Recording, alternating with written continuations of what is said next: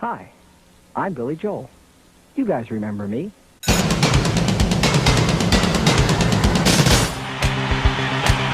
Billy Joel, completely retold.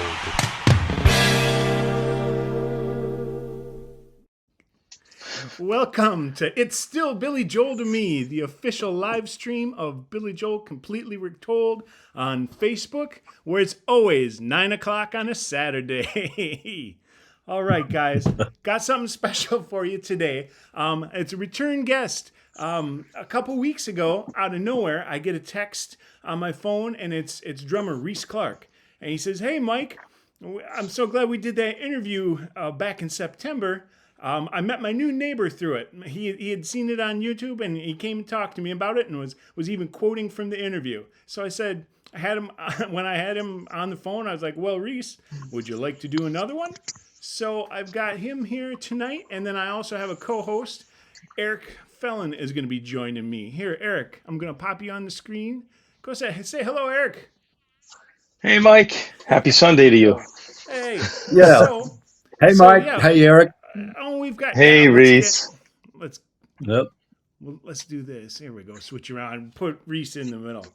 Well, so there's not really any plan for this interview. Just wanted to get some stories. You know, I'd want to hear more about before you met Billy, because you were in Auckland, New Zealand, with the executives, with the Silhouettes. I talked to you. You picked out a couple songs we'll play through the thing, and I've got some surprises for you, Rhys. So, what do you want to start with? You gave me 3 tracks. The first one it looked like it was from 1967. The Then He Kissed Me. Tell me a little. Why did you pick that one? Why do you want us to play that one tonight? Yeah, that was my first opportunity to go into the recording studio, and I actually, it was a dual drum track.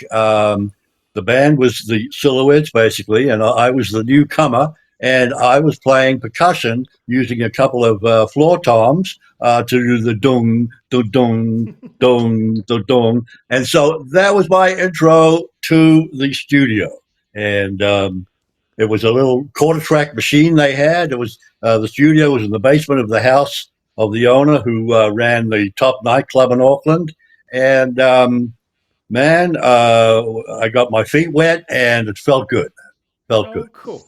Now, because I'd heard that, I knew that song because it had been featured in a movie back in the mid '80s called Adventures in Babysitting. I don't know if it was your guys' recording of it, but that's. Yeah, Eric, you heard of that movie? I remember that movie. It's old, late 80s, 87, 88.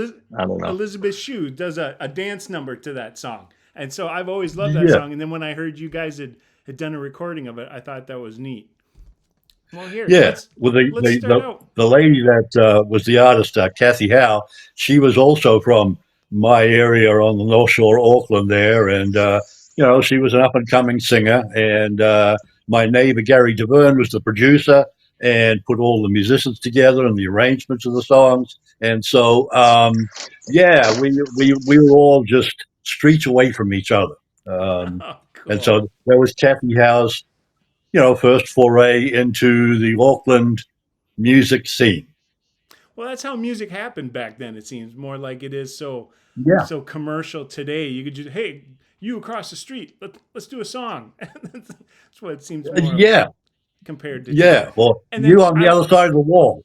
Yeah, right? I was talking with you the other day, just, what was that, 60 years ago, and you just have such a knack for detail recall. It's amazing. Thanks. Okay. Yeah, so I think. Go ahead. Well, let's go ahead, take a couple minutes, and we'll listen to that track then, okay? Yeah, okay. Stick around. Yeah.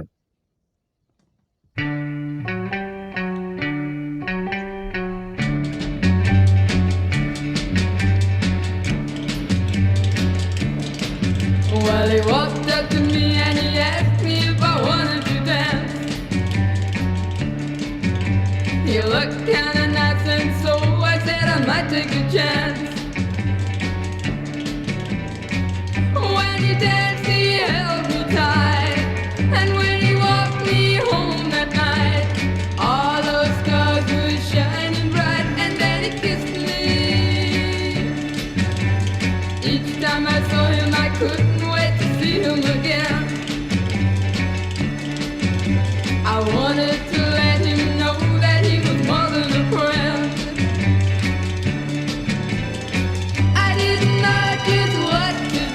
So I whispered, I love you. He said that he loved me too, and then he kissed me. He kissed me in a way that I'd never been kissed before. And in a way I wanna be kissed evermore. I knew he was mine, so I gave him all the love that I had. And one day he took me home to meet his mama and dad. Then he asked me to be his bride, and I would be right by his side. I felt so happy I almost cried, and then he kissed me.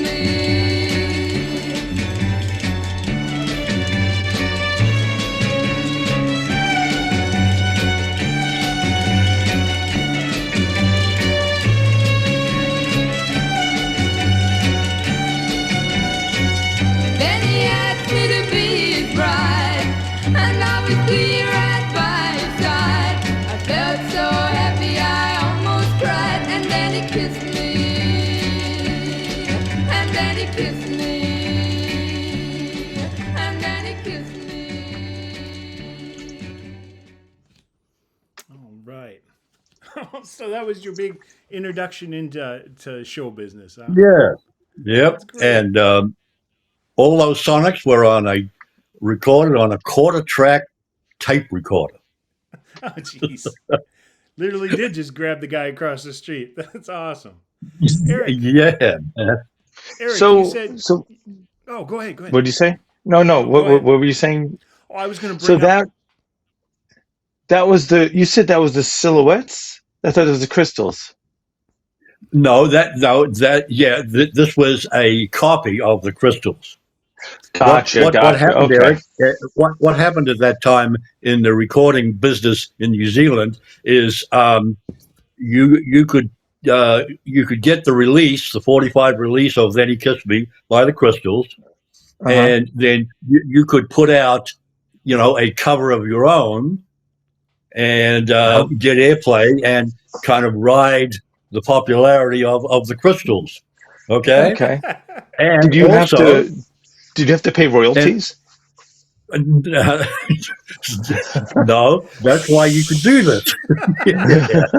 Like I That's said, why the you could business do has this, because changed. further than that, Eric, you could actually block the release of that version, the original version, and put out your own version and kind of pirate the whole deal. I see. And Interesting. that's what British pirate radio stations were kind of all about as well. Really? Yeah. That's And Very so, interesting. kind of cool. Back see in what I'm saying? Yeah. back in See, the Old I don't West, think recording. anybody would want to hear me do my versions of Billy's songs. Just I'll block all his albums and then I'll come out with my own of the same stuff. Yeah, you don't want to hear me sing. Now you're thinking. Well, people did it on the Gong Show. There you go. I remember that That's show. quite cool. Oh my gosh. We got the Dancing Dave. But anyhow, that was how the scene was, and so I guess I just created, and I didn't know it, that pirate radio. I mean, it's kind of pirating.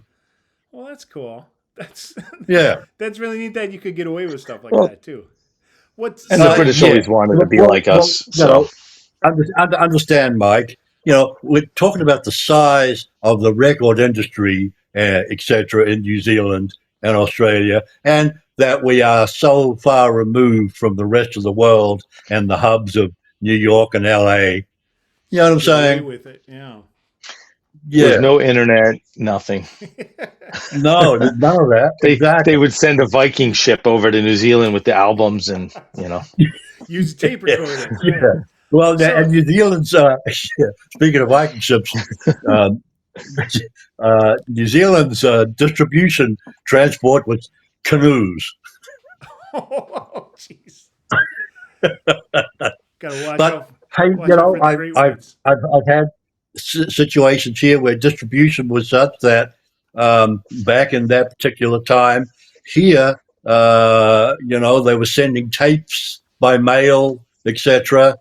To actually be released and cut into vinyl records, and how they did it was, yeah, they went to the post office and mailed the tape. Yeah, I suppose things have changed so much now. You just click send.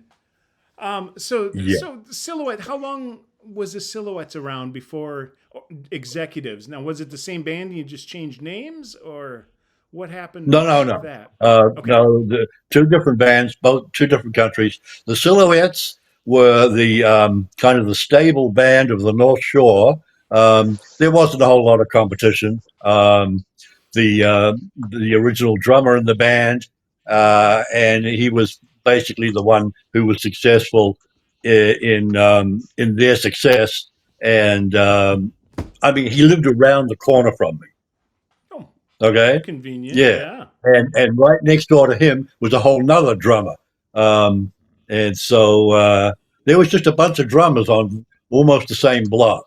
Oh, cool. So there was plenty of us to go around. But anyway, yeah, the Silhouettes, they transitioned into the dance scene and the North Shore scene of Auckland. And were doing casuals, and then they got to record, etc. And so they were the band on the North Shore. There was competing bands, but they were in the city and the suburbs of the city of Auckland. So, Okay. so the history is probably the Silhouettes lasted 6 years. I'll guesstimate, Okay. around 6 years. Okay, Yeah. and I joined them in '65 and was with them for 18 months.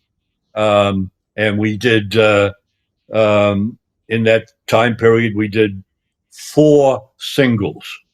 And Okay. The Endless Summer from the surfing movie, we emulated that and did a copy of that. And it got a little success for us That's regionally in Auckland. I Okay. heard, I And knew you so, did that because that was one of the songs you picked that we'll play in a little bit. But I yeah, tracked down a copy of The Endless Summer and was watching it last night. And it said performed by the Sandals. And I was like, that's not the same band. So it must have been just like you said with bands covering yeah. bands covering bands. Yes, exactly that. Exactly, Mike. That's how the business was going at the time. Yeah, Well, it's I mean, it's to try and avoid legality here. It's kind of akin to being the opening act for the headline act, whose audience you're trying to poach a little. yeah. Yeah. By playing the same song that the main act's going to play.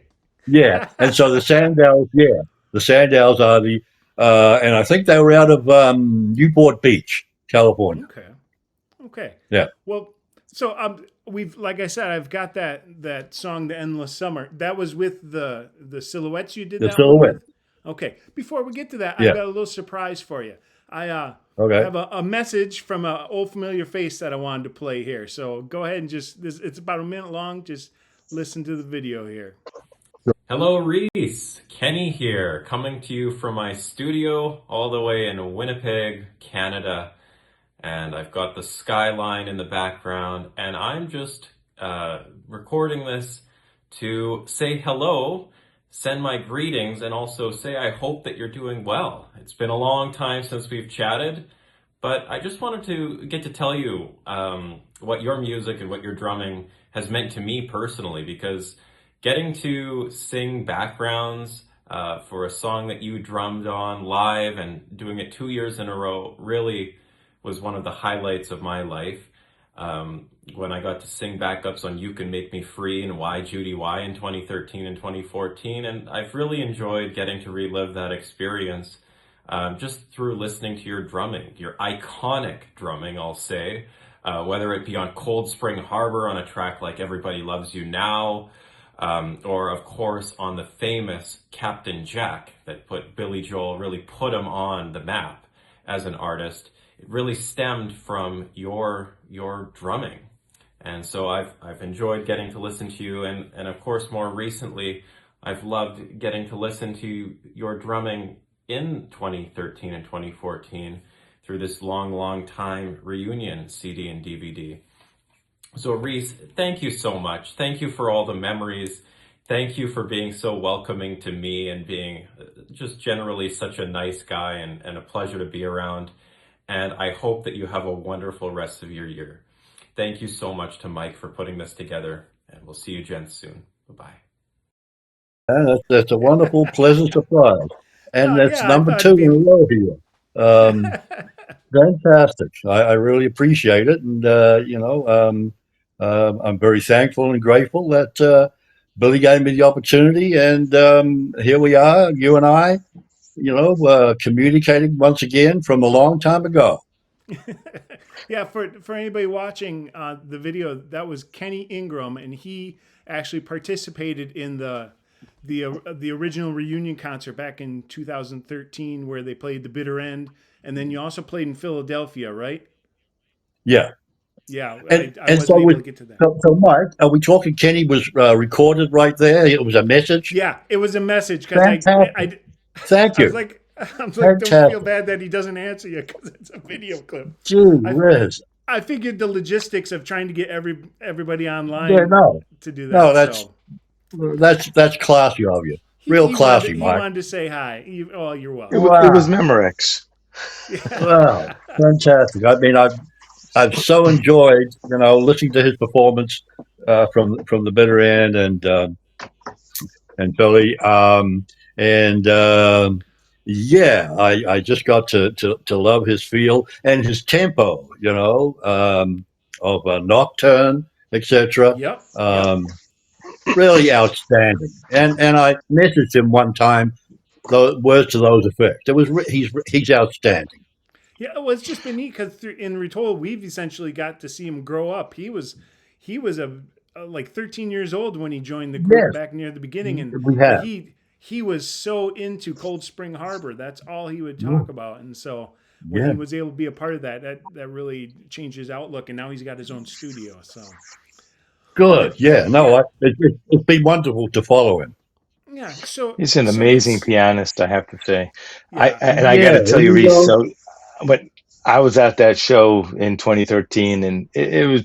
Listen, we grew up, Mike and I, listening to these like worn down bootleg cassettes of that show, right? And yeah. it's like all muffled, and when you hear it live in person and you hear the dynamics, the overtones, the energy in person, it's just amazing. And you guys and Kenny and everybody else, Larry, David, Elio, you all breathed life into that whole Good. historical piece. So I thank you for that. And then the to for Elio to create the CD DVD set, to hear it in my car again and again and again. It's like, this is Yeah. awesome. Yeah. It sounds Yeah. better than my worn out tape from 50 years ago. And that I'll Yeah. have Eric, yeah. Go ahead, go ahead. go ahead. I just I just No, wanted just wanted to say that I got to experience, from the audience, you know, um, on March 18th there, with Elio at the London Palladium, and yes. so I got an opportunity to be part of what was coming off of the stage, and yeah, it's absolutely wonderful, and really.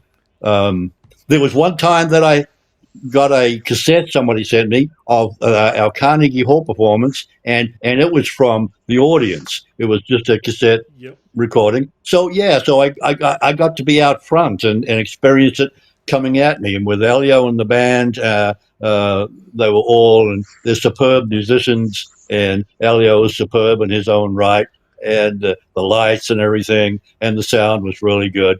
Um, yeah, it was just super. What So I I know think what I'll you're do saying, Eric. after we're done with this, I'll put a link for Elio Pace's webpage where you can actually go and buy DVDs and the CDs of the reunion show, and you can see just how sharp and crisp it sounded when you guys were playing versus the old off the radio recording that we heard. Yeah, Wow! So I just want to show Mike, you this. I just got to thank Larry and Don, etc. Larry put it together, and so with Elio and David Clark, And you guys there, wonderful energy. I don't know if I got to show you this before. This was from the night that Elio screened the movie in Philadelphia. I went around and got all your guys' autographs. So I've got Yeah, both the DVD and the CD. I got everybody sign it. I got all 6 musicians. We got Don, Rhys, and Larry, and then Elio, yeah, Dave, and Kenny. But then I also got Judy Shockey on the bottom there yeah. Good because for she was you. part of the show too. She did a little introduction Exactly, about Ed. exactly. Yep. And what a treat it was to meet her. You know, Well, here, and in that circumstance.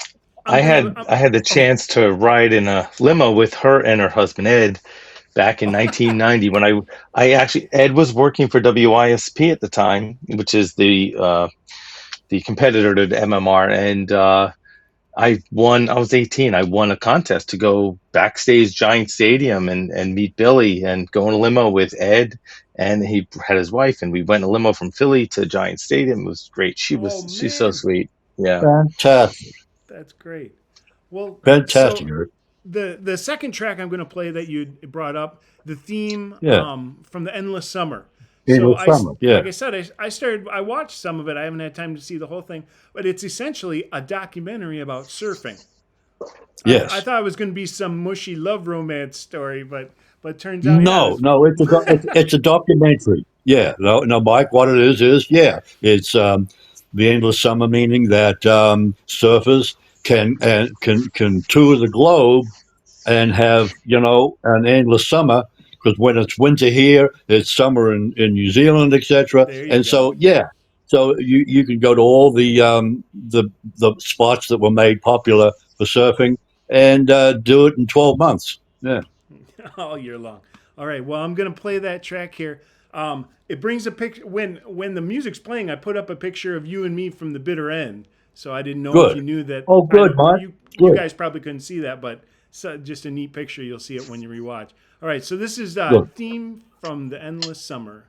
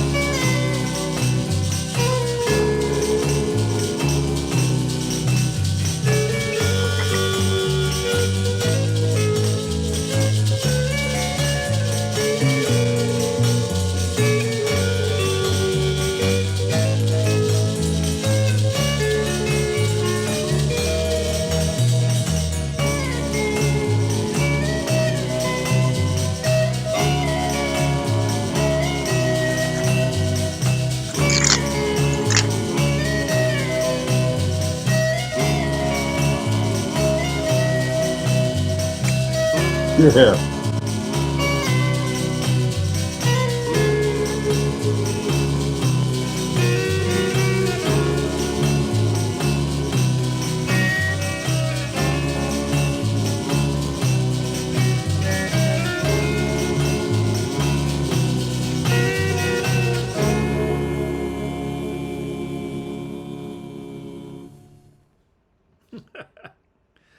All Now, right. Yeah. just a little insight. That also is recorded on a quarter track tape recorder. And the studio is actually a studio.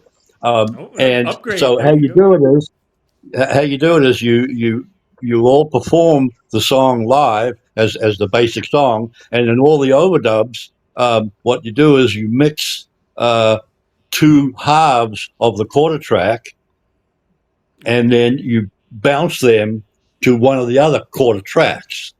Oh, jeez. So that's mixed. That's the basic track, and then you do the other overdubs by ping ponging on the fourth remaining quarter track, and you mix it as you go. And so consequently, the we did the instrumental, and then I overdubbed the percussion, the maracas and the tambourine, and I sat, and how we mixed it with the microphone was he told me, okay, slide back about 3 feet away from the microphone, and we'll see how that is. That was how you mixed. And so I sat there and played that while the other guys huddled around the only microphone that we were all, performing into, and they did the background vocal oohs at the same time. And yeah, primitive stuff. Being that complicated recording, I'm starting to see maybe I don't feel so bad that Artie Ritt mixed Cold Spring Harbor. Yeah. Well, Just with 10 yeah. quarters. Well, from what I It- understand, and correct me if I'm wrong on this, Rhys, with yeah. the speed on that, the songs were too long, and on the singles they wanted to shrink the time frame of the song, so they sped it up for the singles, and they didn't fix it for the LP, the full album, and that's how it got cut. Is that correct? I forgot who I heard that from.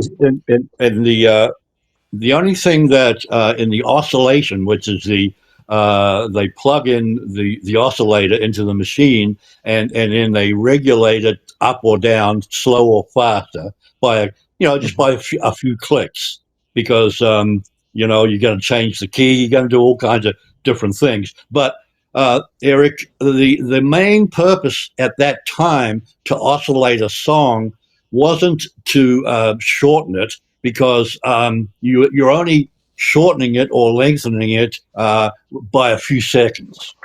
Okay, because the radio stations required, the AM stations required that you do try and stick to 2 minutes and 30 seconds.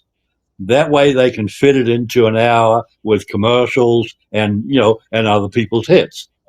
So in this particular instance, what you could do was you could nudge the record a slight bit faster to give it a little more of an exciting edge.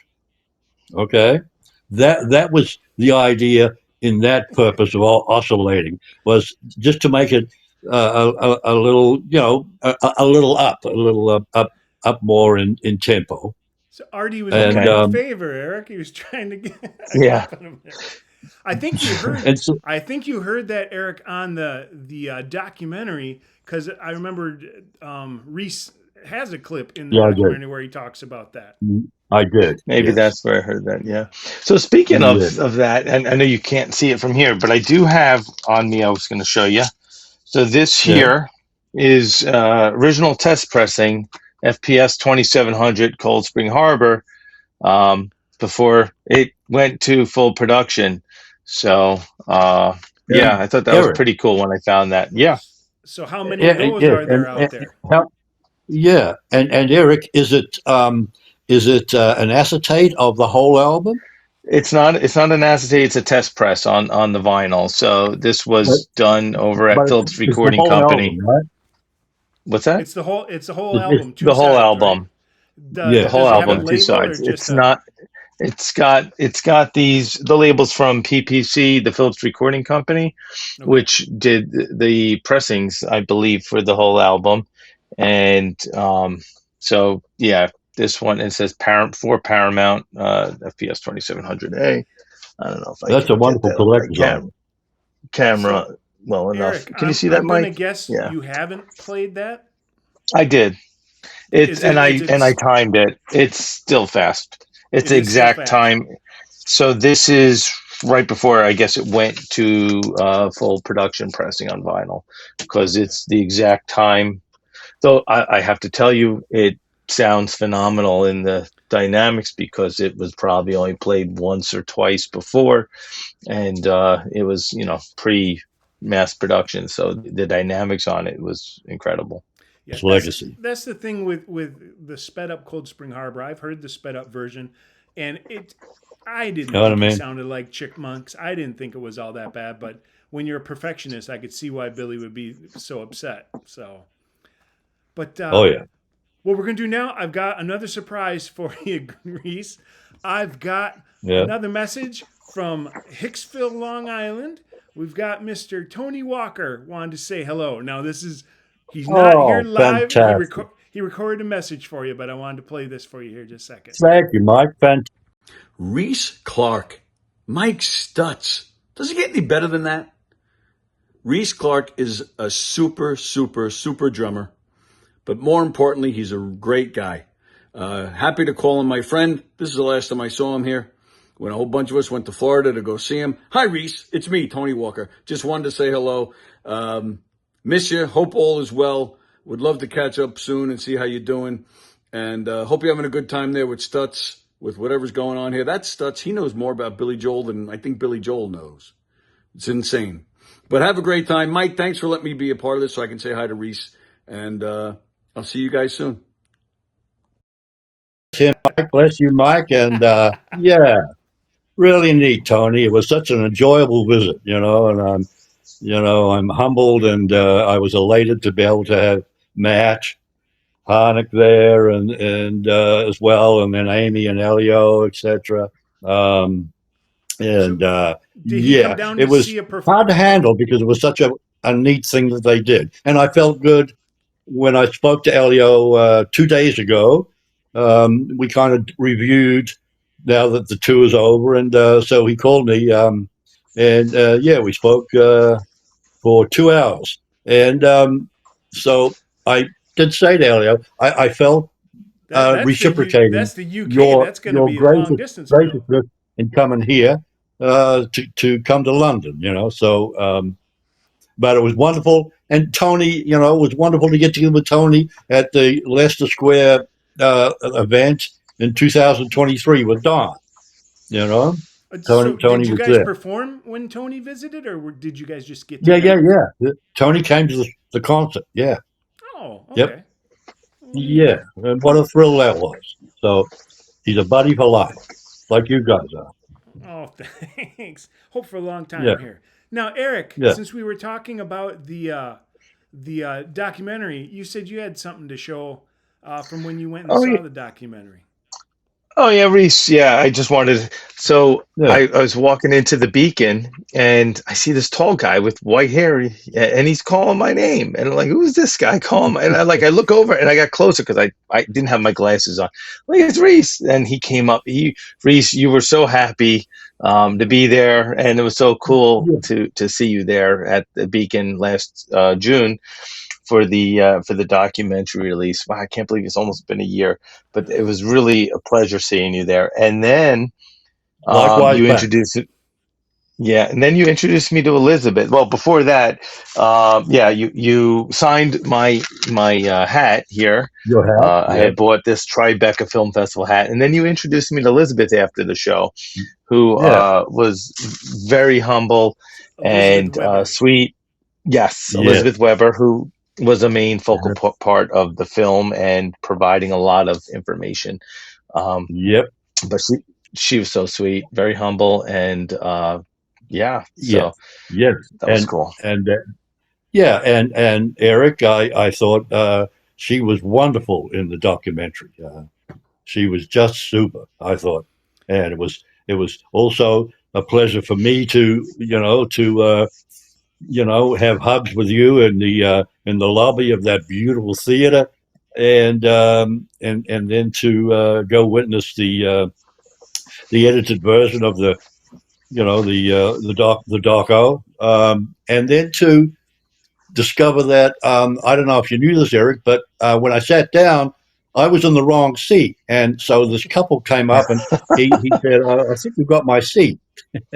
um, and I don't know if you heard about this, but um, I went, oh, you're right. I apologize. So I moved over a couple of seats, and then he and his lady sat down, and there was one person in my life with Billy who I had never met and secretly admired.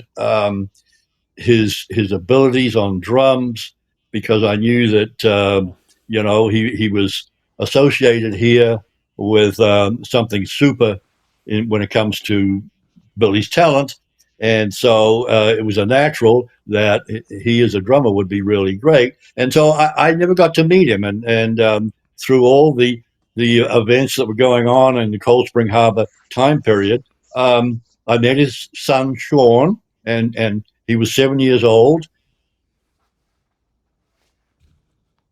Oh no! Yeah. His new phone froze up. Oh. Uh-oh.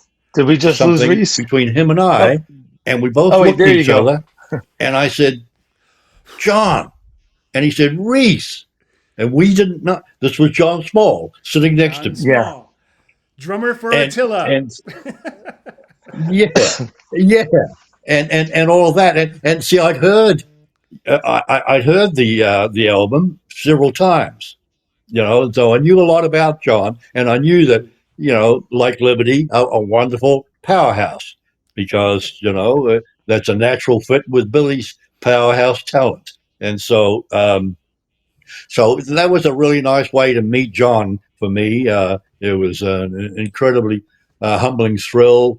And then this big, tall, young fellow walked up to me with a smile on his face, and he held out his hand and said, "Rhys, hi, Rhys, I'm Sean." And Got so what a hug that was for me, and yeah. Wow. and Elizabeth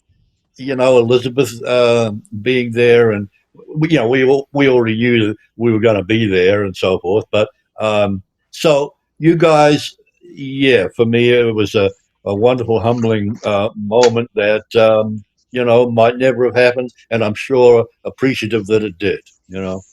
Speaking of humbling And moments, that reminds me of back in 2013 at the bitter end. You know, yeah, Larry had organized the whole thing, but right. you guys just you seem to think that it was a big part of mine because so many people in Retold were in the audience and promoting it and stuff. It was. And I just the big memory I have is one by one. First Don, then Larry, and then you. You each found me in the audience before the show, and you came up Yes. and said hello and thank you. And Yes. it's Oh, really stuck with me all these yeah. years. No, like Mr. Stutz, a very, very special person in our lives. Yeah. And As it's Eric I is just too. want to show here real quick, and I'll put a scan of this. Oh But yeah, this is the program from that night for the long time concert. I saw it at the bitter right. end, but they also did it at the World Cafe, In Philadelphia. Philly. And then I think Yep. you guys also went back out the following year and did more. Yes, we You did. did. Okay. Yeah. Yeah, And then we did. this talks about the concert. I'll do a nice scan of this and post it into the Good, code Mike. so you guys can Yeah, see it and it's a good all the credits. it's an excellent piece of graphics.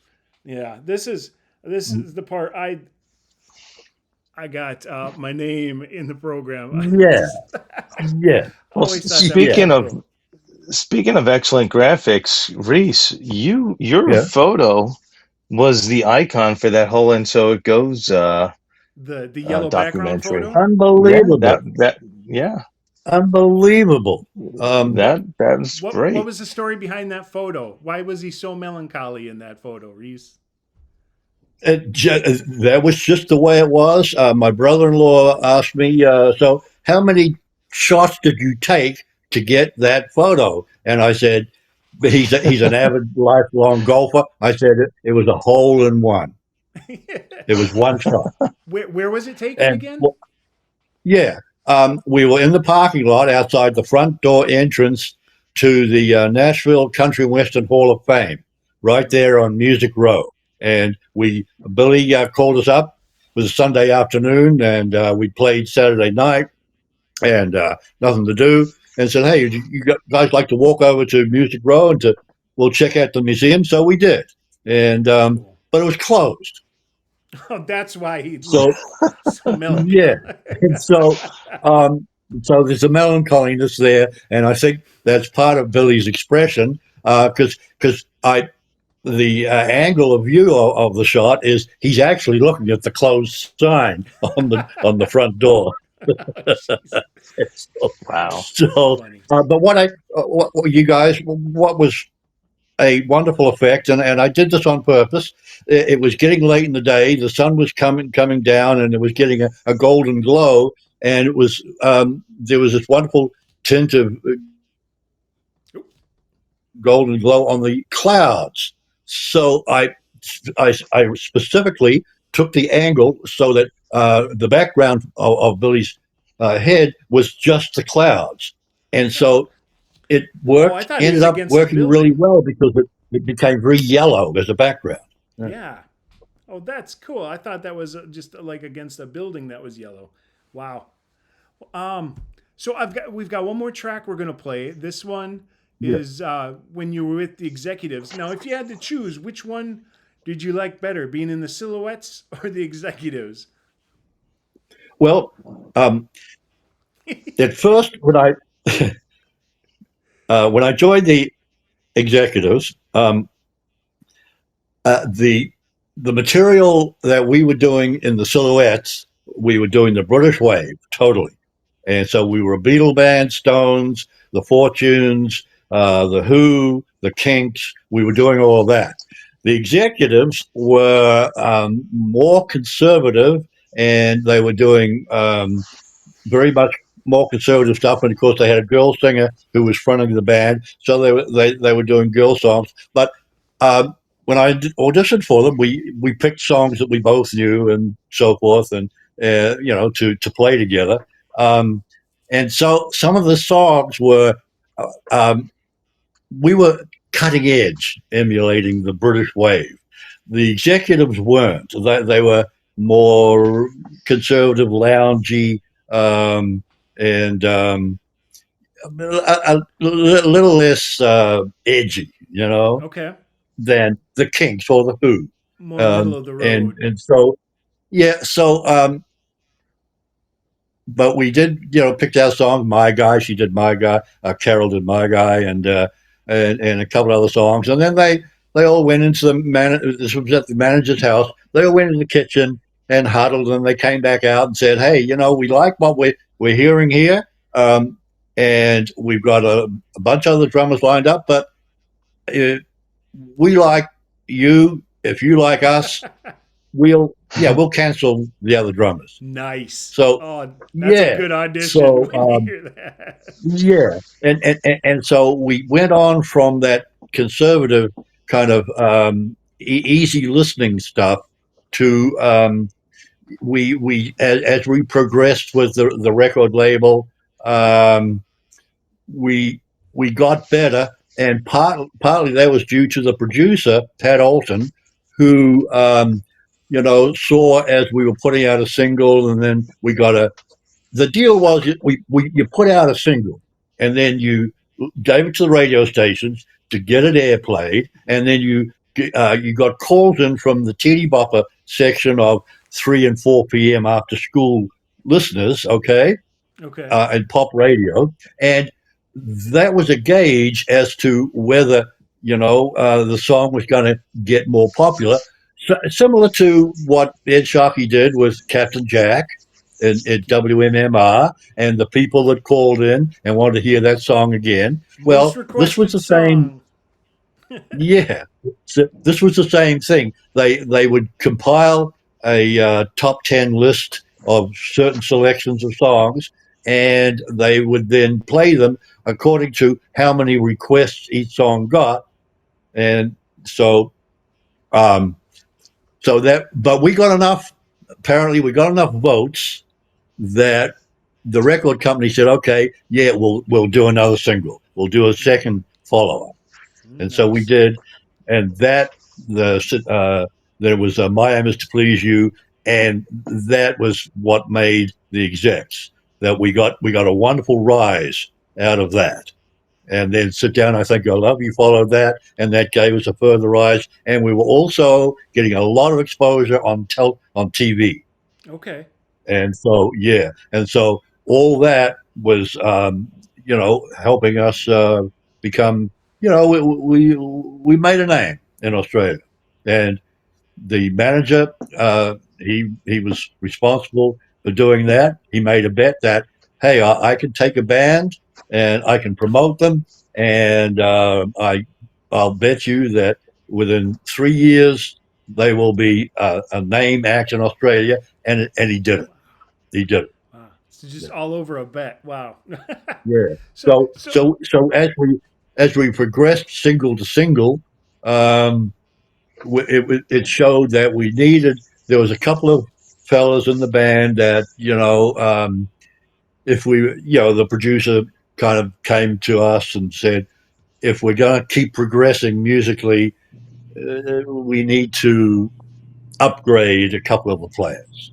okay. Well, So that's lucky for so the you. sax player and the guitar player got replaced, Okay. and then the finally the band, we had three lead singers, and one of the lead singers was also an excellent guitar player, and he supplied also the writing, the songwriting. Ray Burton and Gino Cunico came in, and then the band, we got that much more powerful because we had now had 3 and 4 part harmonies, but we were Nice. also doing select music of of Blood, Sweat, and Tears, the Mamas and the Papas, much more sophisticated stuff. So there wasn't any copyright issues yet. You could go ahead and take other people's music still. Same thing, Mike. Same thing as the Silhouettes. Yeah, same thing. We could block the new song of the Mamas and Papas or something, and put out a version. Yeah, Awesome. but Well, you but we the also got oh into the songwriting stuff. But there was two scenes in Australia that were very different to each other, and and that was the Sydney, New South Wales scene and the Melbourne, Victoria scene, and they were totally different music scenes. really The Melbourne one was free of any booze, for instance. It was a dry state, and the teeny the boppers. players that were attracted to Melbourne all were very serious about what they were doing, Okay. very serious. And so And Sydney liked to that party it up. scene, yeah. Well, you couldn't. Well, you partied afterwards because of this. What the Melbourne scene was, the Sydney scene was house bands, and Okay. you became a house band at a club 5 nights, 6 nights. It was all house band stuff. The Melbourne scene was totally opposite that because the Melbourne scene was that all the bands and artists would set up on a given Saturday night at 8 o'clock, and they would all do a set at all the different venues throughout the city of Melbourne and the suburbs. Okay, and they would Okay. do a 45-minute set. Then everybody would pack up, and everybody would move to the next venue, Oh, funny. and you did that Then the audience for didn't have to five come to hours. you. Oh, wow. Yeah, yeah, and That's a and the Sydney scene hassle, was but much more house band oriented. It was just basically sit down gigs in the pubs and the hotels, etc. But the Melbourne scene was, being there was a dry scene, and yeah, you really had to work. oh, cool. Well, When you did you pick. fully? Go ahead. Sorry. When did you fully Whatever. leave Australia? That whole area. Yeah. Did you say when did we leave? Yeah. No. When did you uh, come to the U.S.? So you were Yes. there for a while. Yeah. Yes, yeah, 3.5 years, Eric, with the execs, and we got in that 3.5 years, we got the opportunity to come to Los Angeles and try and Yeah. see if we could make it in LA. All the Australian bands would go to England as their next step because the one thing you didn't have to worry about was immigration, but or copyright. we Copyright, yeah. But the Vietnam War was going on. We were entertaining a lot of GIs from Vietnam, etc. Wow. And and so they encouraged us, say, "Hey, you guys are great. You should come to LA. You should come to America." And so that was part of the impetus. But also, yeah, we wanted to come to America more than we did wanted to go. We were doing American music. So yeah, we wanted to explore the opportunity to come. And so between our manager, he arranged with a manager of a Philadelphia act that you guys probably both know, Bobby Rydell. Oh yeah. Okay, Yep. so he was. We connected with his manager, and he set it up for us to come to Los Angeles, and so we did. Well, and that's where you met Artie Rip. So that was three. So that was 1969, and what we did was uh, we we were in L.A. for 2 months, and the idea was in that 2 month period, we set up in rehearsal studios, and the manager had people in the industry come and hear us. Okay, Okay. and one of the people that he brought down was Artie Rip. Okay. Artie heard us. He liked what he heard, Now I know and because I read a book from you a few years ago about the executives, and I know you guys yeah, recorded an entire album that they ended up taking a different singer and putting. I can't remember the name, Brown Dust or something like that. that was the band, a Was it band from okay? Hawaii. Okay. Yep, and that's what happened to all of our work in recording for 9 or 10 months. The circumstance, Mike, was just that Artie was he was floating his new empire, Family Yeah. Records, Family Production. Yeah. Sounds good. Well, So oh yeah. anyway, so anyway, Okay. so I'm always going to thank Artie. I respect him. I understand how he And worked and all that. yeah, And but he I did he call was the him one later that on. that discovered Billy too. I No, mean, no, so many yeah, people. I told him that. I was very thankful because he put me together with Billy. Yep. Yep, he did a lot of that. So, well, Yeah. we're gonna play a track of the executives, but before we do, I have another surprise for you. Someone you performed with at the 2013 Bitter End concert that I saw, and here's a little quick message from Mr. David Clark.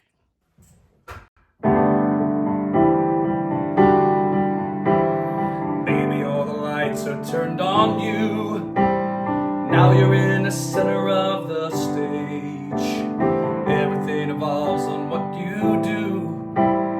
You're in your prime, you've come of age.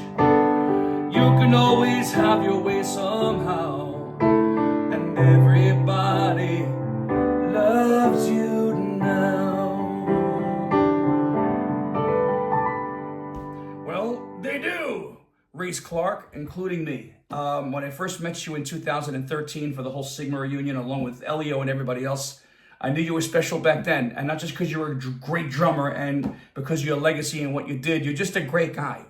It's a privilege to get to know you. It's a privilege that I got to play with you. It was wonderful to see you last year in Tampa, and I hope I get to see you again soon. Stay healthy, my friend. We all love you. Oh, I'm not going to say what's in this, but it's for you. Oh, yeah.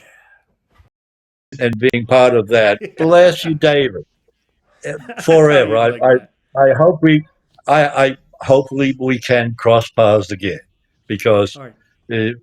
such a gracious talent and a huge talent and a really good person. I like him a lot too. I Yeah. love you, man. So Thank you, so David.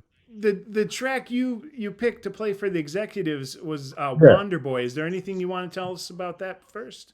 yeah. So that was Mike. That was the first single. That was Oh, we okay. when we signed with Festival Records. What we signed was we didn't sign anything. Our man, our manager signed with Yep. the label. he on our behalf. Okay, and what you did was they they gave you a test shot. So Okay. what they did was they funded a single, in other words, two songs that, and the producer, um, he got selected by our manager, and so he selected two songs to bring us in and record. Now we auditioned for him at the manager's house. He came and listened to us. So yeah, so he liked the band, okay, and so yeah, so he liked it enough to give us a shot, and we went. So we went in and recorded. The B side was "You're Bad" and the A side was "Wonder Boy." He, the producer, chose those two songs, and so for me, it was a quite a challenge the way he recorded the songs, because what he had me do, I didn't play drums. What he had me do was when we did the basic track, I played tambourine. So There you go. the Percussion. tambourine was the lead rhythm of the track, Okay. and then I overdubbed drums. Oh, for the So okay. yeah, this was just the producer's idea of doing this particular song that he chose for us to record. He was he was adventurous. He was eclectic as hell, but but it was all good eclectic. It was all good adventurous, because he gave us challenges. He had a big Irish streak in him, and yeah, he loved to test you. Oh, jeez. So Wonder Boy became the single that Okay. they cast out there to the radio stations as the executive's debut single, and so then we got enough attention, from the listeners, the teeny boppers, the teenagers Yep. who we were, aiming towards as a market. Okay. Yeah, we got to do a follow up single. All right. Well, let's give a listen to it here real quick. Couple Yeah, minutes. sure.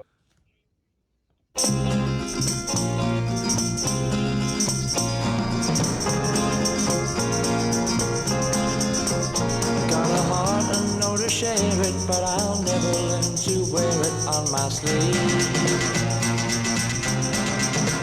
Oh, you love me come tomorrow, but it will not cause me sorrow or to grieve.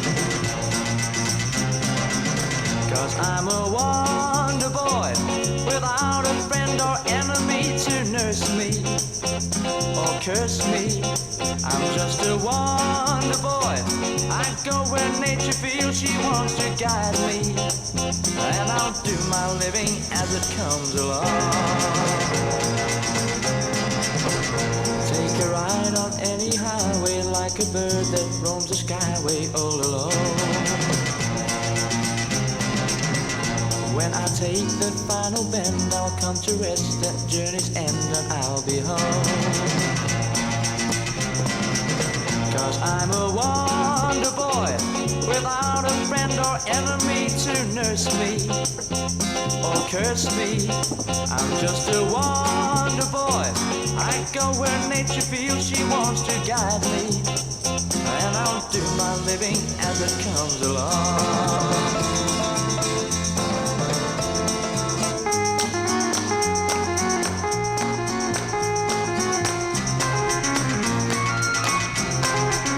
Yes, I'm a wonder boy, without a friend or enemy to nurse me or curse me. I'm just a wonder boy. I go where nature feels she wants to guide me, and I'll do my living as it comes along.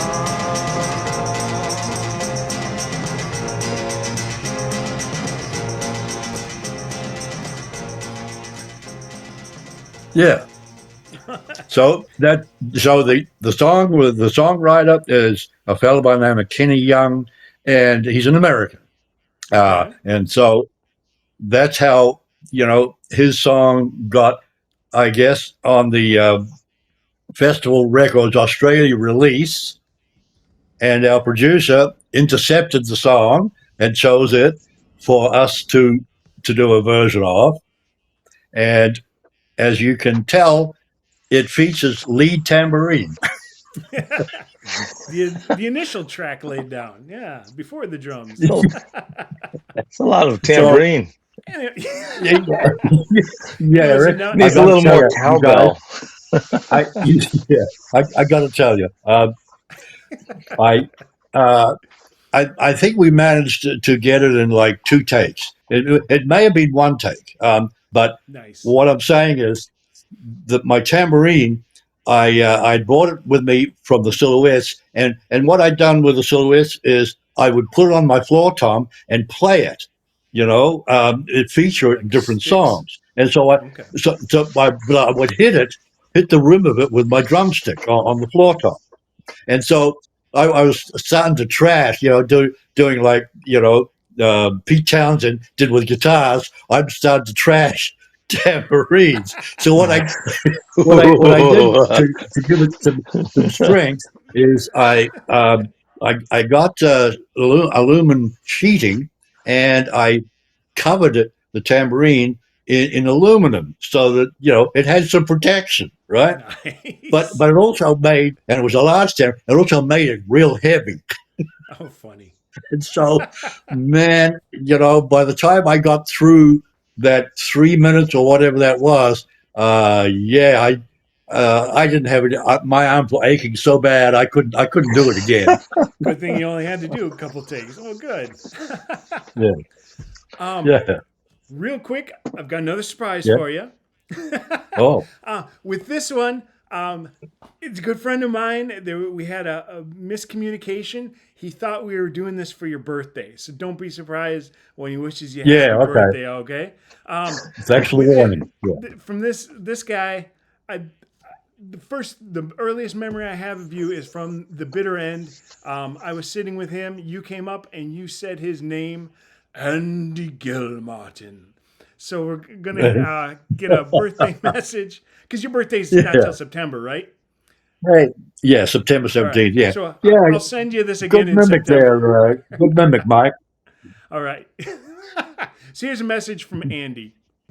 Hey, Rhys Clark. Rhys Clark. Rhys. Woo! I'm Andy.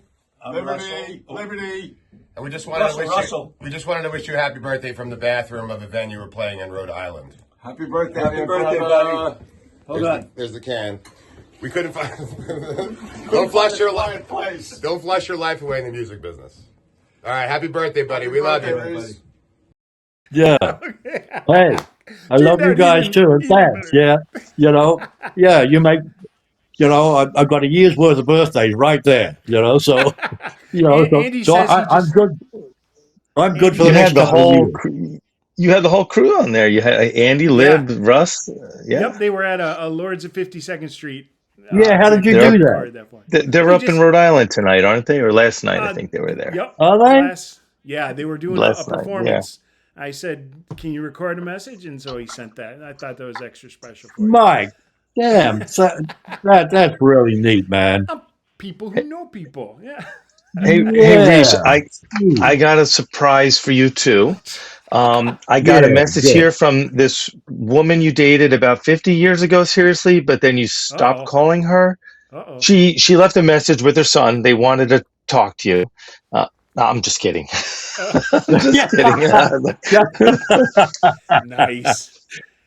You must have, Eric. You must have rehearsed that on April Fool's Day. No, I just made that up now. So trying to go. So after Executives, you went on to Cold Spring Harbor. You did live touring with Billy for that. Yep. Then Yep. what? So after the Street Life tour, did you continue musically for a career? You were in a bunch of different things, weren't you? Yeah. I, got back into freelancing. It was I had a little bit of a heavy heart there, but I wasn't surprised that Billy needed. Technical difficulty blues.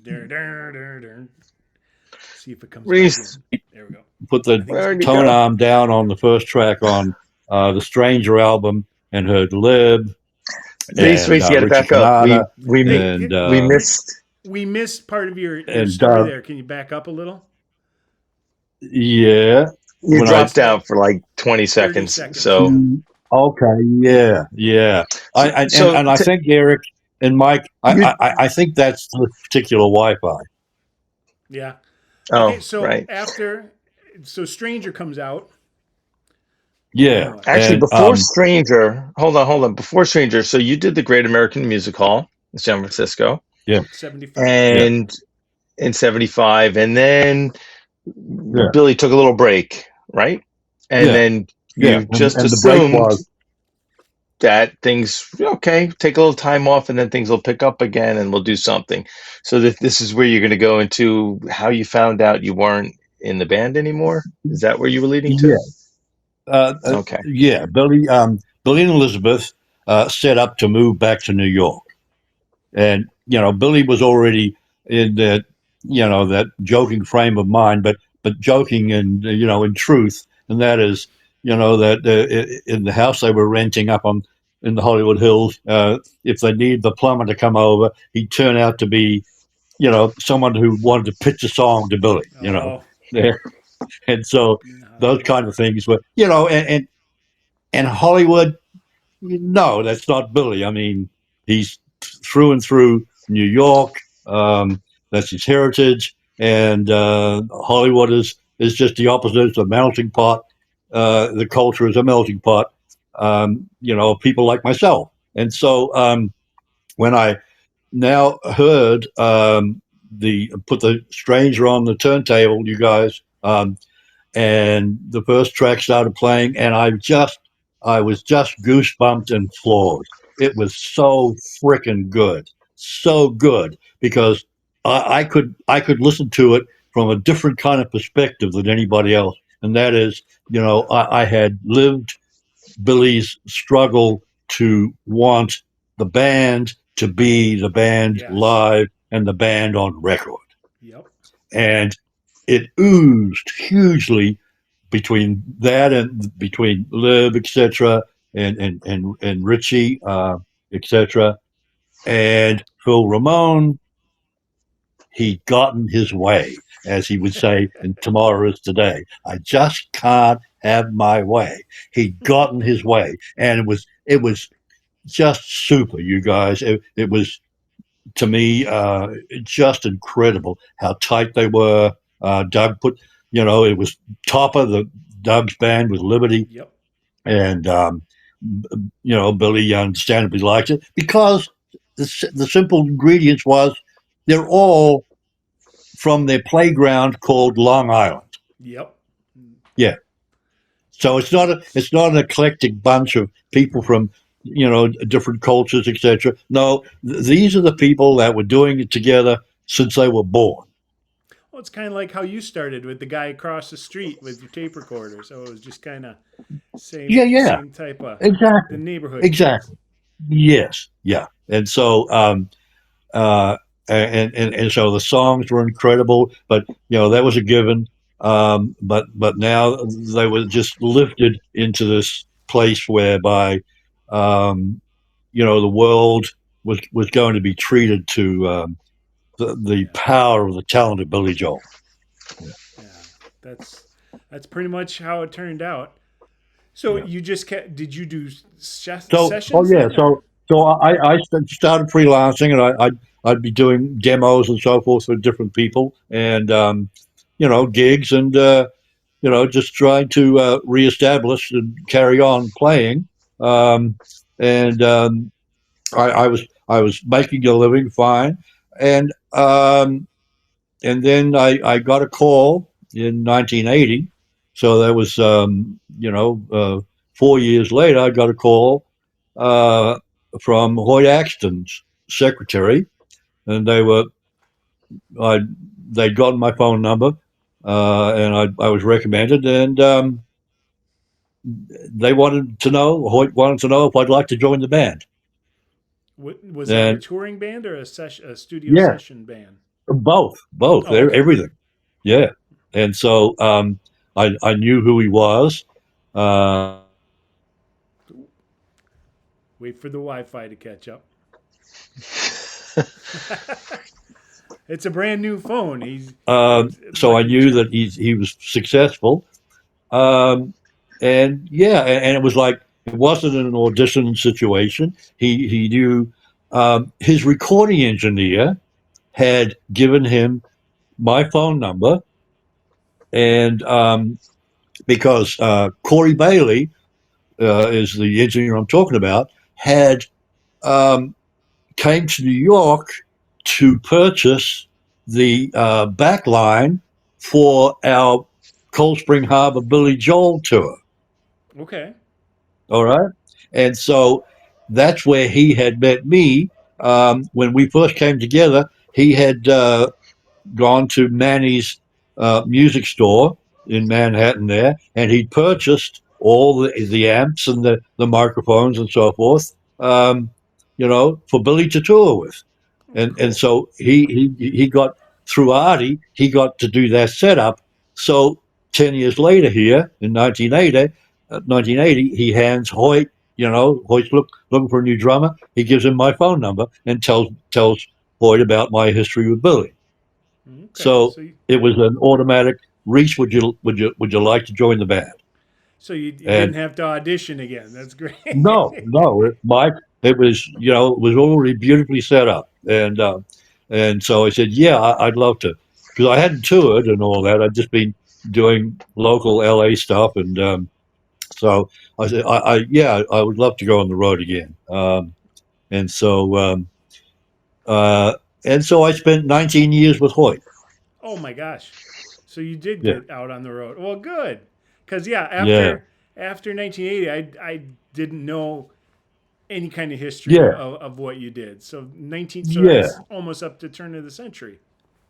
Yeah, Oh, exactly. good. And so then Hoyt, unfortunately, in '99, he didn't make it to the millennium. Oh, He passed away, and I I had spoken. Marilyn and I had gotten on the phone with him 4 days before he passed away, and planning to come up and be with him in Montana. Um, and it turned out that that was the last phone call. oh Um, gosh. because at 6:30 a.m. 4 days later, I get a call, and it's from Sydney, Australia, and it's our executives manager. Oh, And Harry is calling me. Had I heard Hoyt passed away? Our manager of the executives was the one that told me oh Hoyt, wow. Hoyt had passed, because we were getting a proposed tour together of Australia. Oh, And I had turned the executive's manager onto Hoyt, and we were getting ready to. Hoyt and I had already been to Australia, yeah. and so I had introduced him to the exec's manager then. So there's that thread. You know what I'm saying? Yeah. That that local thread. Except now this is an international connection going on here, Yeah, no doubt. and the So, idea was to bring Hoyt to Australia and put a tour together. oh, that's too bad. Yeah. So the did you do anything between that gap that goes from 2000 to 2013 when we met you at the bitter end?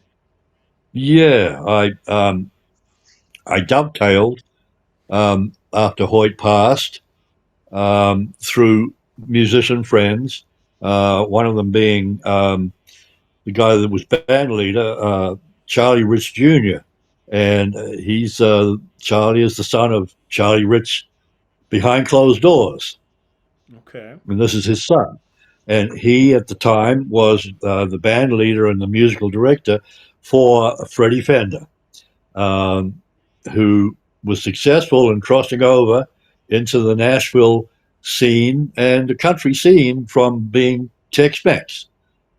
And the drum chair came up, and Alan, I'd been doing some LA things with Alan, and he wanted to know if I was interested in joining Freddie Fender. So same thing. Yes, they offered me the gig, So and I you've went had your yes. fingers in lots of pots over the years. Yeah, Yeah. and Okay. that's and Mike, it's purely through interconnecting with musicians and so forth, and you might come together with a bass player for the first time, but he happens to be with Rod Stewart or somebody like that, and Well, so and then you have to be. It all depends too on how friendly you are, or how easy to get along with exactly, and work and with. your So, personality does play a part, yes, and so, so oh yeah, go ahead. yeah. And so with Hoyt, one of the important things for him to be able to have you in his band was, the personality and could you get along and with not only with Hoyt but with everybody else, the crew and everybody. And I found that very easy because they made it easy for me because they were all good people Oh, and wow, and good players, but good people too. gosh, And so with Freddie, the same thing. And so I spent 14 years with Freddie. wow. So, I've I've got I saw a video clip somewhere. I can't remember the story behind it. Maybe you can help me remember. 'Cause I think I got it from Larry Russell, and it was Yeah, you with black hair. So it must have been a while ago. But it was you, right. Larry. I think Al Hertzberg was there, and Yeah. somebody else. But then you guys had like a microphone with a jacket over it to stand in for Billy. Do you remember what that would have been? I'll have to send you that video because I'm not sure if I have it or Yeah, not. Does that ring a bell? yeah. A stand-in for Billy? Well, it was a microphone as a to represent since Billy couldn't be there. It was a microphone stand with a jacket. Yeah. Okay. Well, I'll take a stab at what it might be, the occasion, what the occasion might be, because Larry's talking about it's Larry, Al, and I, and not Yeah, Billy. right. And so there was a wonderful moment where Billy got invited to a recording studio in Los Angeles called Producers Workshop. Okay. And um, they were, I maybe the premise was that they invited Billy to come and try out the studio. Okay. All right. All right. And so this is the story I got from Larry. And so Billy said, yes, we'll be there. But apparently, and I didn't know any of this, but Larry related to me, yeah, Billy was supposed to show up, but he didn't. So us three, we went, yeah, we took up the gig. Oh, And so Mike and Eric, that might be the occasion where at the last moment, Billy, passed on it. And so, because see, Larry and Al and Billy, they were all living together in Hollywood. okay. They're in the same house. Okay. Yeah. So, I'll have to send that I video was, to you and see if you recognize it. yeah, I yeah. can't Because remember where I came across it, but I saw that the okay, other day and yeah. I wanted Because to find out.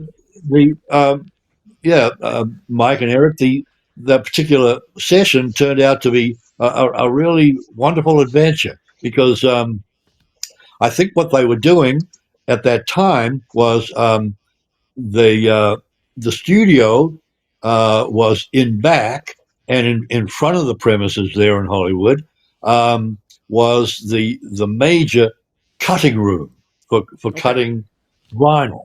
Okay, and making and mastering vinyl. Okay. And it may have been Artie may have gotten the test pressing from Producers Workshop because he, in the way he did everything, yeah, he would end up, Eric, that test pressing you have, Yeah. the, uh, that may have come from Artie with an armload of test pressings from different studios. Oh boy. Interesting. Eric, your video And so, froze up. But you can still hear us? Yeah, I hear you. I don't know what Okay. happened to my video. All right. Well, and, real quick, and since we're so, talking so about yeah, this. so that could have been Producers Workshop, and it ended up being Larry and Al and I just jamming. And what they did was they had just tied in the studio with the cutting machine.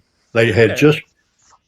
just married them, and so Oh. maybe they were trying this out. So we got to try it out, and because they were going with the concept of direct to disc recording.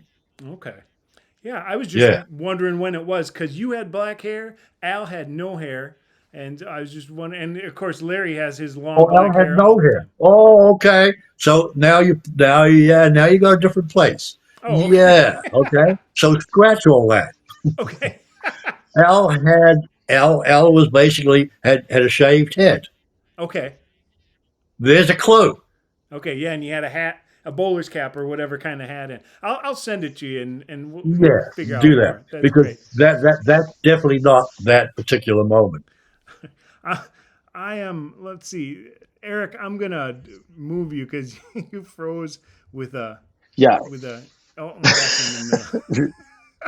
I'm Is going my to. image frozen? Yeah, Yeah, it just with seemed to. with I a don't know. goofy I look keep on your trying to face. fix it. So Eric, yeah, So now it's so just you me got and Reese. intermittent Wi-Fi as well, Eric. Yeah, I who don't knows know. what's going on? I have But I have intermittent wife and intermittent Yeah, pie, I guess. I don't know. I know how that feels.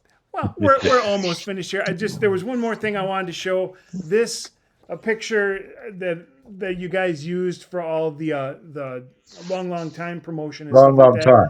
I think it was from SIU, one of the very first live recordings that you guys It was did in Chicago or Mike. wherever. The history of that moment is that's the first TV show we ever did. Oh, okay.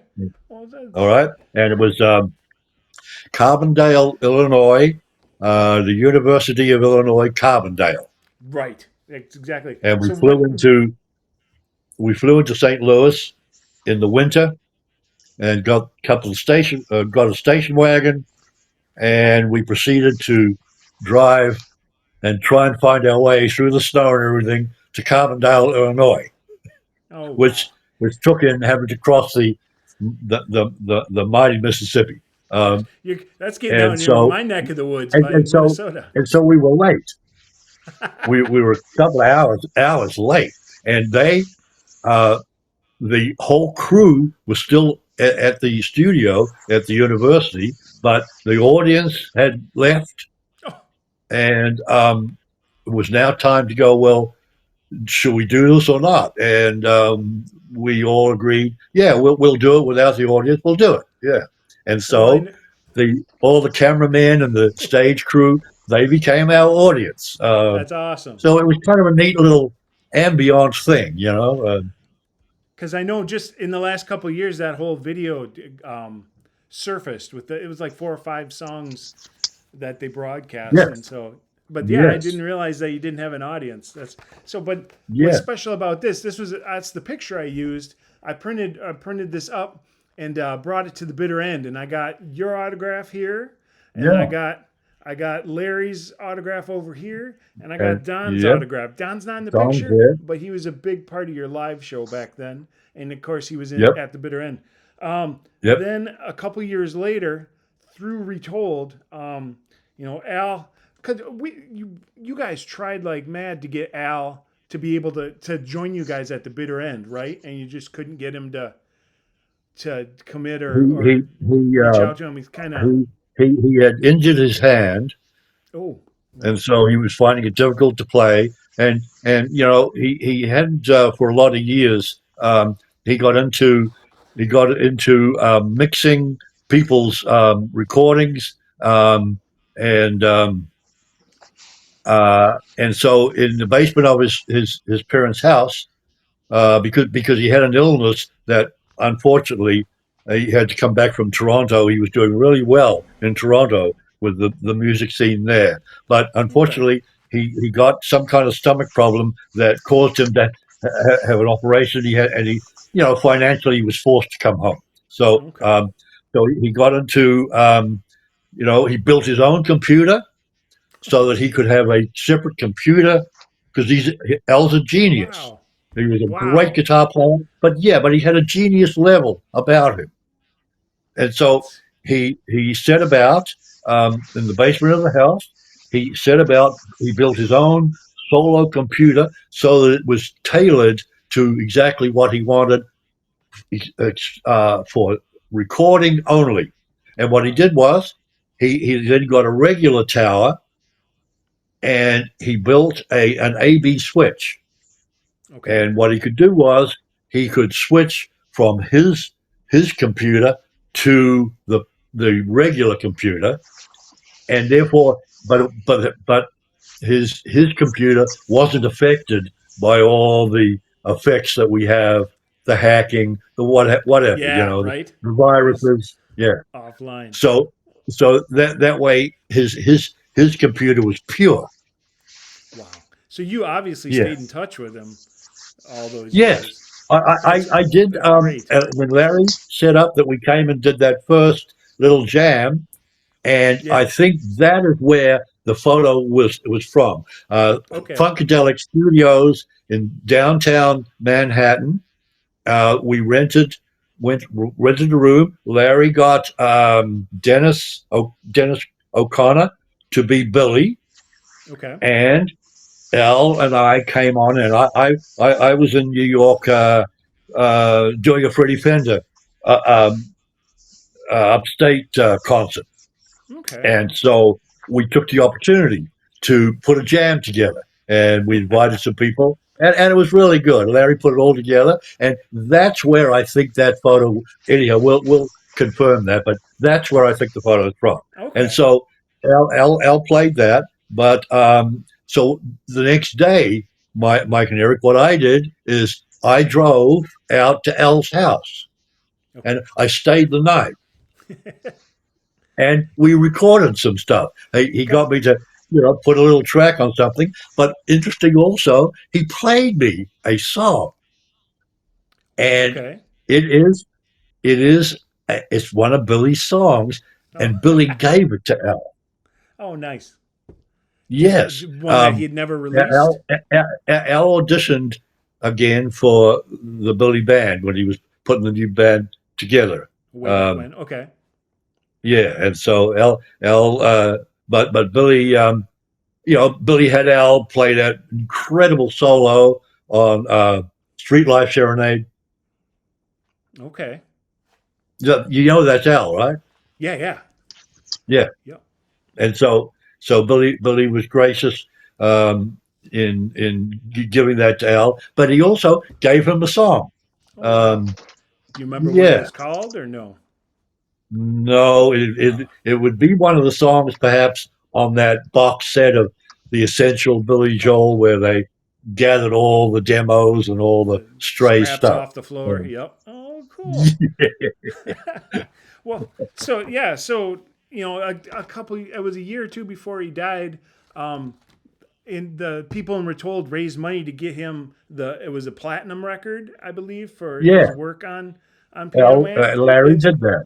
okay, and so through that, I got to know his relatives. I can't remember if it's their aunt or sister or what it was, but I was able to get him to autograph that. So that's kind of Yeah, completing the picture.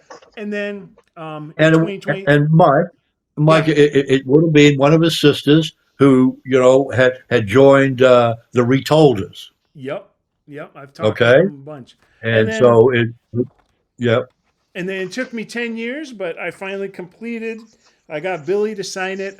He played in Minnesota fantastic, back in November of 2023, and through my okay, connections, I was able to send it backstage. I've got a neat picture. I don't know if you've ever seen it or not.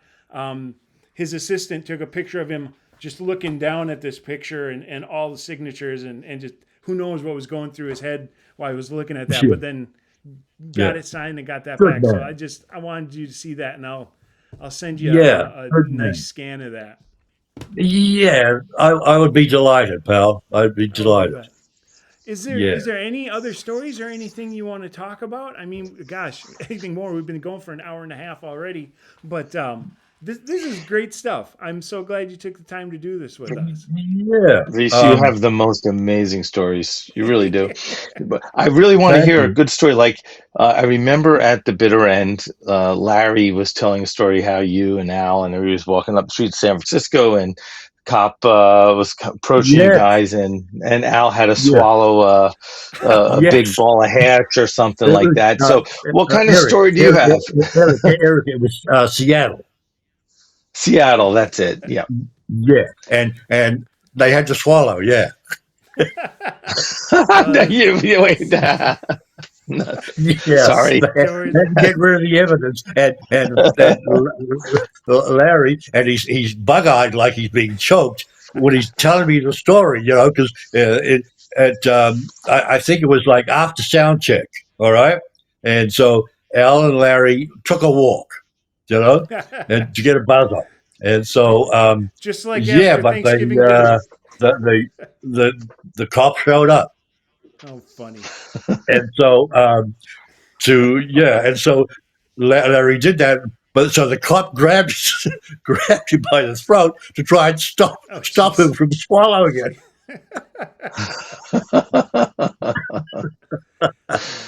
And so yeah,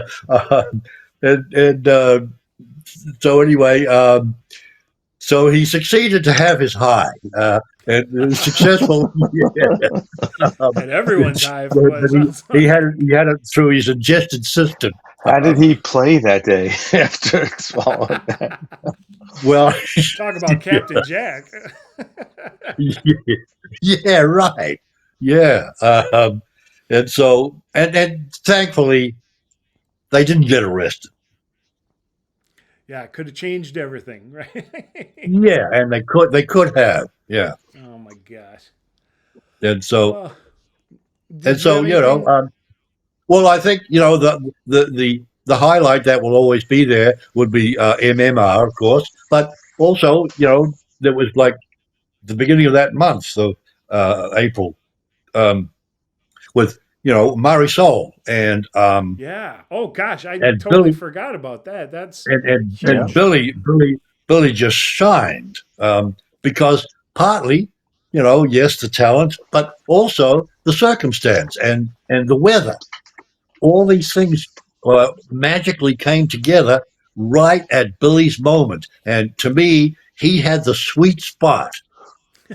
The 5 p.m., 6 p.m. sundown slot on day 2, which is the dead center of the schedule of the 3-day festival. That 6 p.m. slot is the center slot of the 3 days of 30 Before acts. everybody passes out and all that, right? Right. Yeah. But also, Eric, it got beautifully embellished by the circumstance, and the first embellishment was the weather, because that's right. the afternoon tropical rains happened and started raining. So we had set up, and it started raining. So that meant that people were starting to get buzzes off the vocal mics, and we need to shut the system down. So they had to do that. So it became a Woodstock moment where Woodstock had that big thunderstorm that blew in, right? Yep. So it becomes part of the festival, because now the audience is waiting, because they have to wait while the technicians and everybody, gets things covered and protected. But I wish there was they're film also out there of that. Yeah, and Eric, they're also going to have to undo all that to fire up all the electronics, and so you've got to like redo a sound check. So the 35 minutes that were allotted to Billy, which was standard at 6 p.m., it turned into an hour. Oh, cool. Because we were set up and ready to go. Started to rain, and so we had to get off the stage. So I was able to, with my Blaymire drums, I was able to stay on stage sitting on my drums. Why? Because you guys, the shells of my they're spun glass fiber, and they're totally waterproof. Oh, cool. It's Yeah. serendipitous. So Yeah. I was I was able to stay sitting on my drums and wait for the rain to stop and all that. And I did. So the audience, they're now amusing themselves while we're Is trying you, to you get stuff. your drum shells? They weren't wood, maple, or anything like that. Birch. What do you have? Like Right. Vistalites or something? The shells are made of, Eric, of spun fiberglass. And what that Okay. is they put spun glass on a wheel, on a spindle, and they spin the glass threads on a spindle, and while it's rotating, they pour resin back and Okay. forth on that glass fiber spindle, and then they cure it, and it How becomes a fiberglass shell. and how did you And like the what sound from them? Well, what happened was the guy that came up with the idea of making them drum shells, he was working for the Department of Defense at the time, and he was a drummer. But his day job was with Department of Defense, and what his job was, he spun. He spun the spindle and these glass fiber shells. They were made to transport and protect torpedoes and stuff for the Wow. Department of Defense. Nice. They became cases for that purpose. So Wow. he being a drummer, yeah, he spun some shells and did certain sizes Hope he didn't get him and mixed up. yeah, and put some hardware on them and put heads on them, and yeah, he found that he had another drum sound now, Wow. and so You, so do he you still have started that kit? making these shells, and session players in LA started buying them. And so Wow. you had Hell Blaine was the first notoriety with the Wrecking Crew and all those hit records. Hell bought a set. George Harrison bought a set for Ringo as a birthday present. Dennis Wilson from the Beach Boys bought a set, and so yeah, they started to get a little notification, notoriety. And so Hmm. my connection was I came together with a snare drum. My Ludwig snare drum needed replacements and from rust and everything. And so the guy I had put it together for me, he said, "Oh, by the way, I got this particular spun fiberglass shell snare. Would you like to try it out, demo it?" Yeah, and I found it really easy to get a sound out. It was very wonderfully loud because the shells were very thin. And it's So waterproof. so it was very easy to play. It was very dry sounding. So with in the studio with effects, you could put all kinds of wonderful wet effects on it because it was a very dry sound, and it cut through really the sonics really well. So I had the guy then make me a set, and so that's the set that I'm sitting there in the rain on the stage of Mari Soul, and the audience is getting into chanting and putting rhythms together. Oh, And you cool. guys, I started playing with them. And what happened was the floor tom was level and there was rain gathering on it. And what I found was when I hit it, it made this beautiful rhythmic fountain. Yeah, yeah. These explosions of water, these droplets of water, and How and of fun. course, I kept on doing it, and it became a rhythm fountain. But Interesting. it didn't hurt the drums because That's they awesome. they were waterproof, they were Waterproof. impervious. Yeah, That's great. and so what happened was later on in life here, my idea here came to life in a Vegas act called the Blue Drum. The Blue Man Group? The Blue Man Group, Oh yeah, they because do they do that. this. They put Yep. the That's liquid where on they and took it from. They stole it. yeah, Hey, copyright. Right? Copyright. yeah. See, now it's biting me on the ass. We've come No, full but it's just like Yeah, yeah, no licensing yeah. needed. The blue drum The man Blue Man group, Group, it's called. the Blue Man Group. Yeah, Yep. That's hilarious. Yeah. They got that from you. So was Puerto Rico pretty fun? Mike, it entailed everything. It Yeah. entailed the worst that you could possibly experience and the best that you possibly could experience. I bet because All in that 3 days. Yeah, I've seen because a there was bunch of some. photos from that, and it looked Yeah, like you yeah, guys were just having a and blast. Mike and Eric, there was some really Lots of frightening moments, and one of my lots of frightening moments debauchery. was, I, I went to leave to go out into the darkness to where the helicopter pad was to get helicopter ride back to the hotel, Okay. and the wooden wall around the perimeter, the back of the stage, was real flimsy.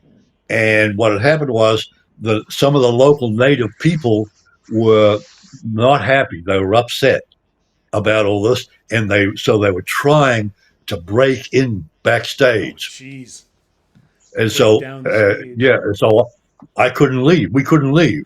Oh, jeez. Secure, and yeah, there this wooden fence. I mean, they're shoving it back and forth, and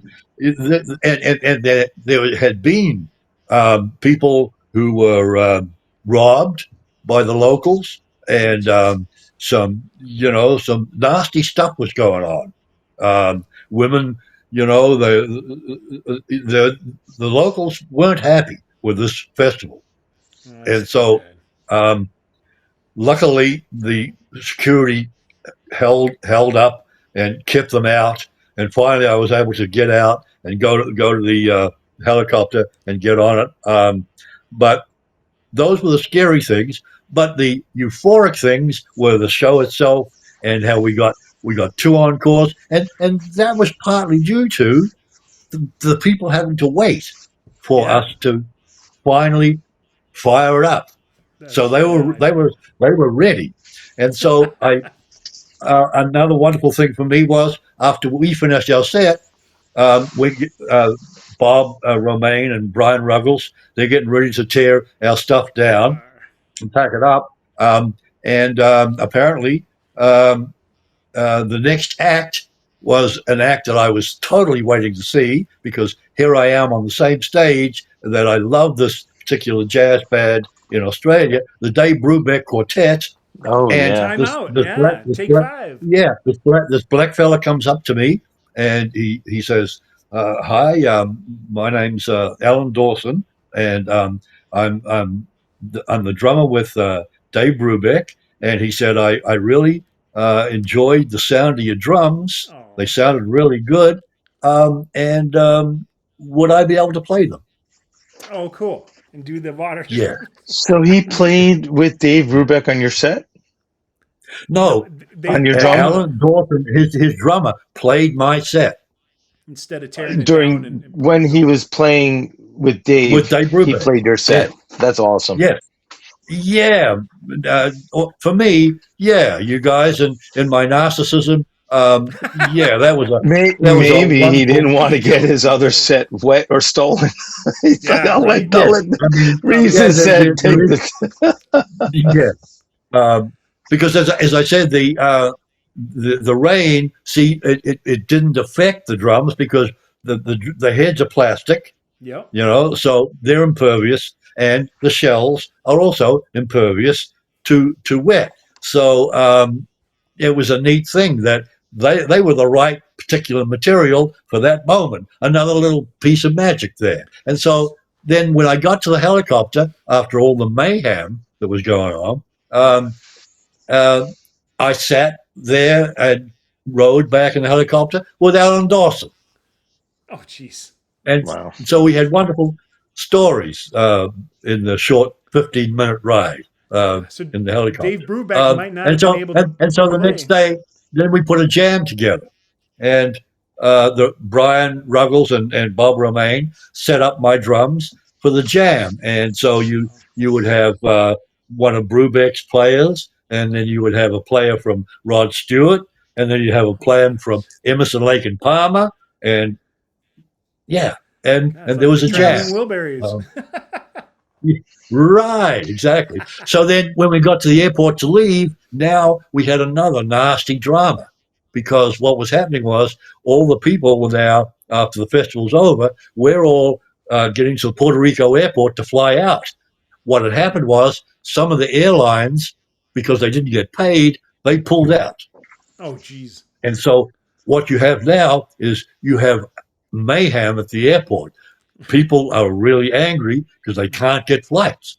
Right. And so what you had was a combination of uh, some of the people in the audience who were now freshly out of money, hitching rides from the festival site to the airport to get their flight out. Oh, gosh. And then a local native would give them a ride, but when they dropped them at the airport there, they demanded money. Yeah. And so I watched an American fellow say, "Hey, I'm tapped out, I'm broke," and so the guys physically started to hold on to him. And then you get into the airport, and there's seething masses of people all over the place from trying to get the flights that were no longer there. And so we had some major drama there. Sounds like the locals knew something was going to happen. Yeah, and right from the get go, Mike, the locals didn't want this festival. Oh, really? Yeah, They they knew didn't want it. they thought all the trouble would The bring. I can politicians and see all that the too. promoters were pushing it, Yeah, and the locals got nothing yeah, except all the moms were like, "Where are my daughters going? They're going to this big yes, music that's right. fest of American music and drug fest and Yep, all that." They didn't that's want that. right. And then finding out their daughters aren't coming home, you know. Yeah, yeah, Was it a yeah. one So, time thing or was it an so it was, annual show? as I said, guys, you could gauge uh, in human experience in a musical situation. Um, it had everything, but the main thing was that shone through it all was that Billy got the sweet spot. The weather played right into his hands, and we, when we finished our 30 minutes, we came off and the crowd, kind of settled down a bit, but a lot of them still started to keep the applause going, and it built. Well, if I remember It, right, I heard somewhere because you guys did a Joe Cocker song, I think, yeah, and and he did such a good impression. They thought Joe Cocker was there. it's precisely that's what happened.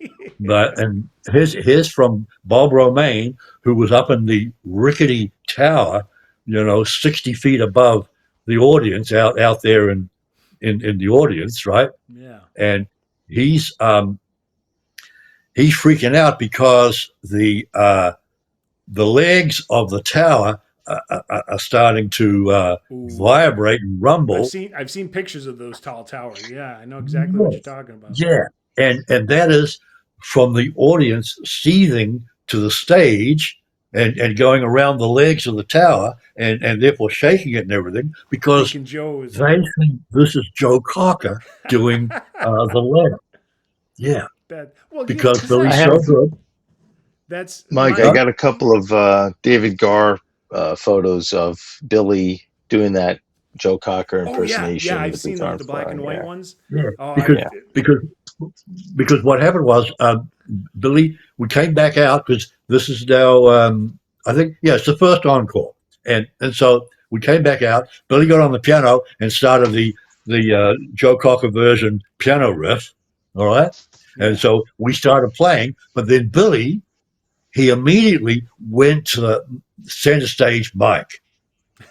So now To do he's now his whole we're Joe doing Cocker thing. Cocker, and Billy's doing all the he not only is he does Joe Cocker better than Joe Cocker vocally, but he's also got all his mannerisms down. Yeah, Yep. No, and I so remember. they started to come Joe Cocker, and they surged. Yeah, Well, that his Joe Cocker impression is one of the things that got me started on the whole Billy Joel fan online because yeah, 1994 I saw him at doing a face to face, and it was the like 20th anniversary of Woodstock, and he was telling yeah, his stories what he experienced at Woodstock. It was all mud. They couldn't go to the Yeah. bathroom. Just it Yeah. was not what everybody thinks. But then he talked about Joe Cocker doing, and then him and the band perform with a little help of my friends, but the Joe Cocker version, Okay. and he just went Yeah. all out. And Yep.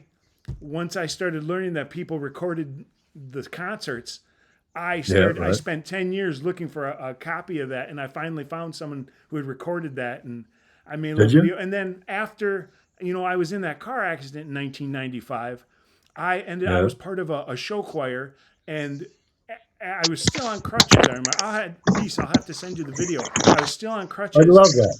and I ended up singing. I went out and I had a tie-dyed T-shirt on. I had sunglasses. Started doing the Good little man. Joe Cocker thing, standing on one leg essentially because I Yeah. still had a Yeah. broken hip. Yeah. And But the spastic hand and arm movements yeah, and and yeah.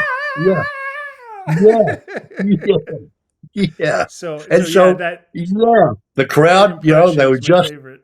in that right headspace that, damn, here's Cocker. That's so awesome. Oh, that's one Yeah. of the things I had wanted to ask you about was Mari's Soul, because we never got to Yeah. talk about it that much, and Yeah.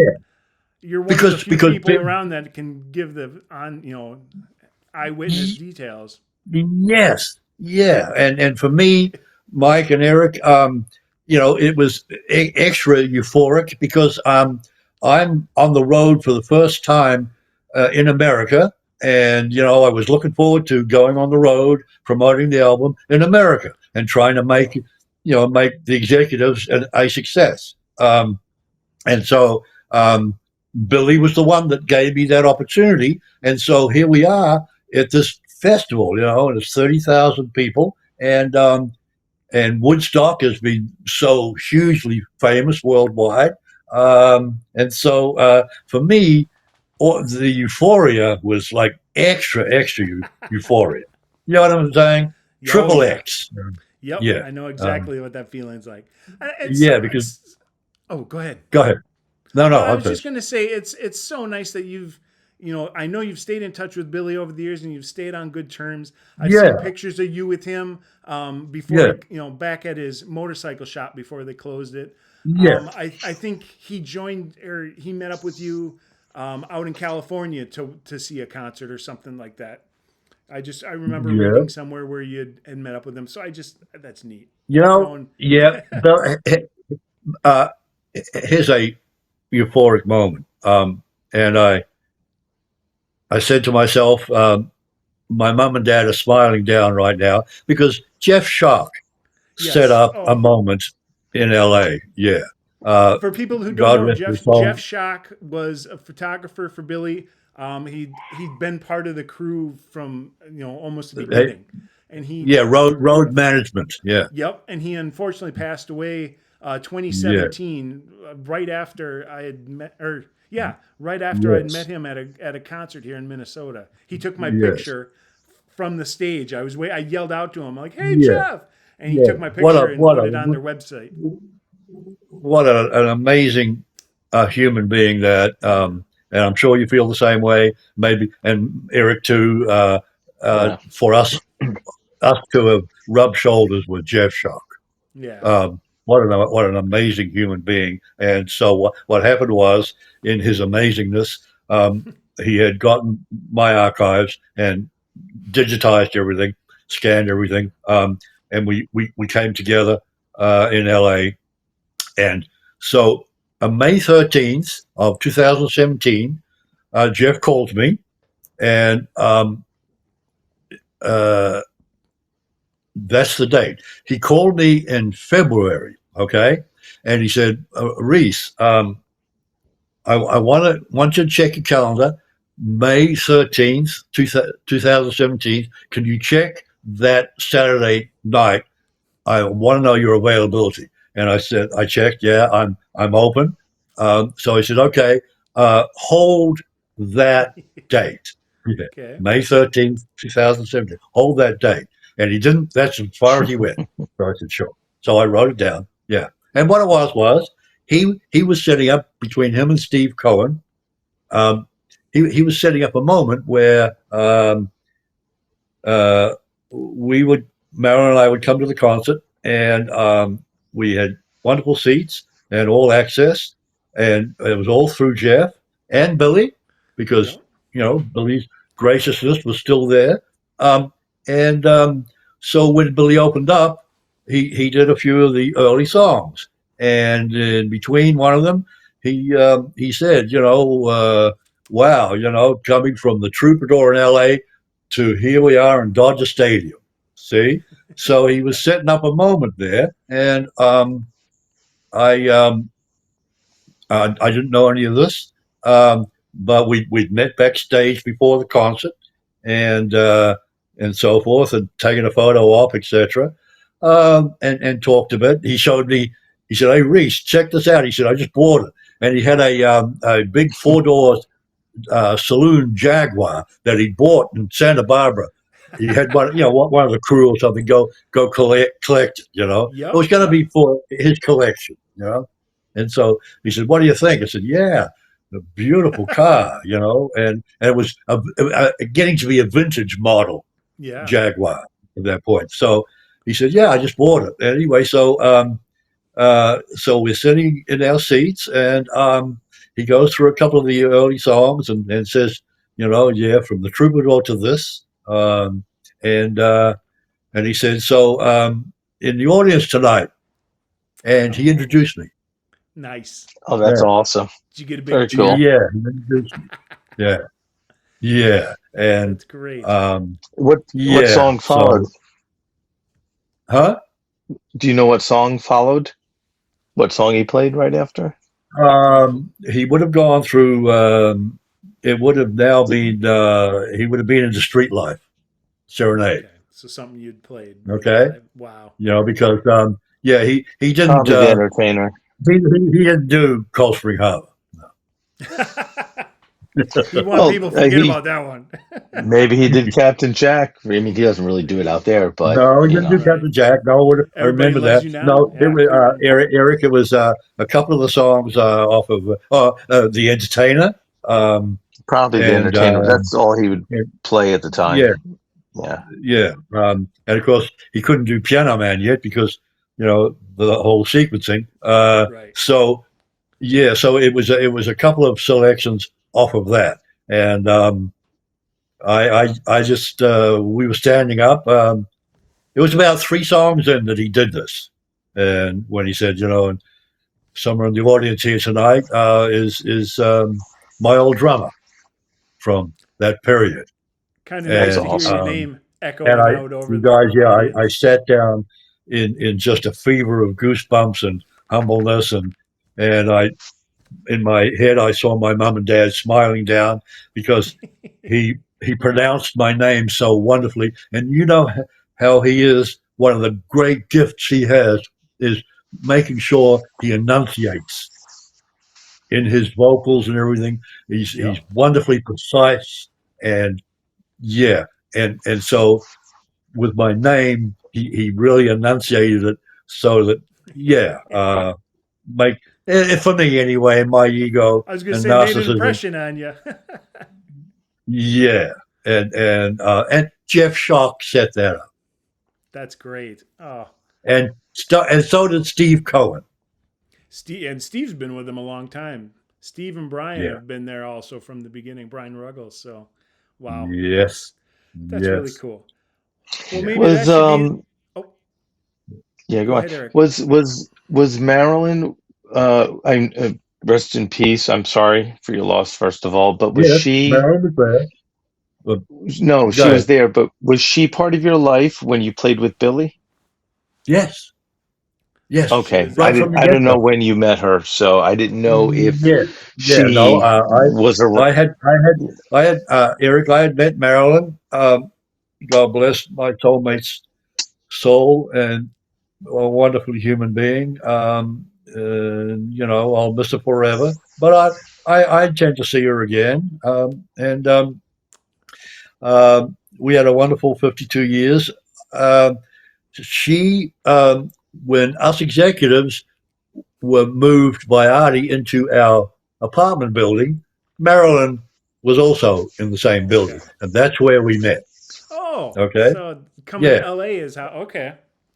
Yeah. Now it We all met. We comes met in the together. I apartment see. building, and then so one at there was a pool party at the apartment building one day, and Marilyn was there, and all us execs were all there too, and Exact. at that moment, yeah, we swapped phone numbers, and she was on the opposite side of the building to me. And so she would sit with her dog after she came home from work. She would sit out front on the wall of the pathway and just relax, after a job. And so I'd be walking past her, going down to get some milk or something like that at the liquor store on Hollywood Boulevard, getting some munchies and what have you. And so I would be my typical arrogant sunglasses Hollywood strutter,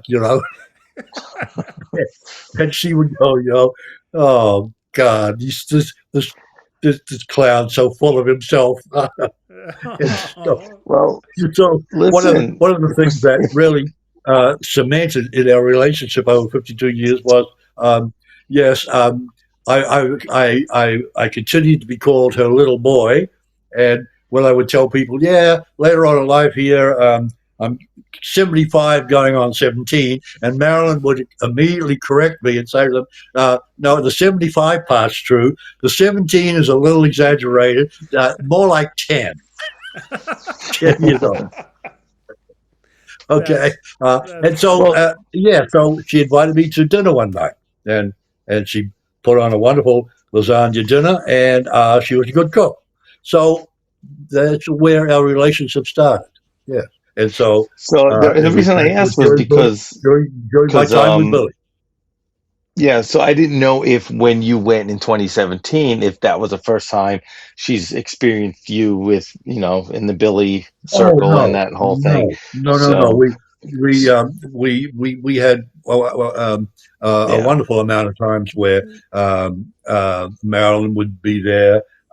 When we went on the road, Elizabeth would come over to our apartment and hang with Marilyn.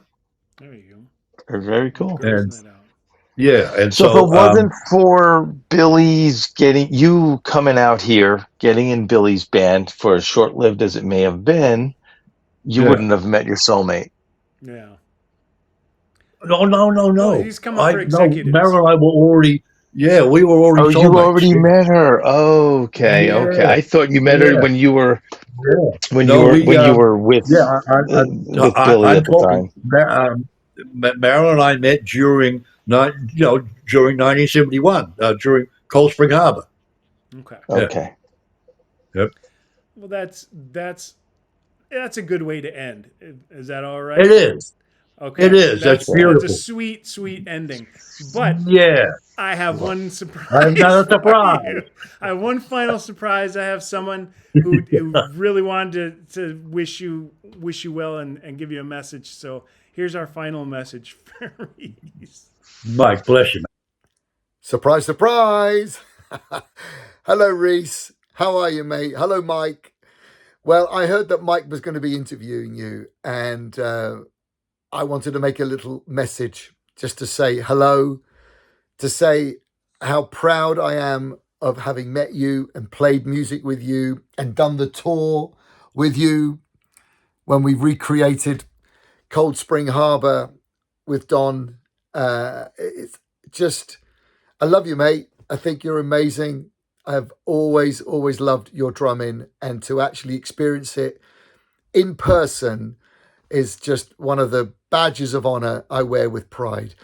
Rhys, until we meet again, and I hope it's going to be very, very soon. And I still can't believe that you came all the way over to the UK to see my Palladium show, London Palladium. And I'll never forget it. Thank you so much.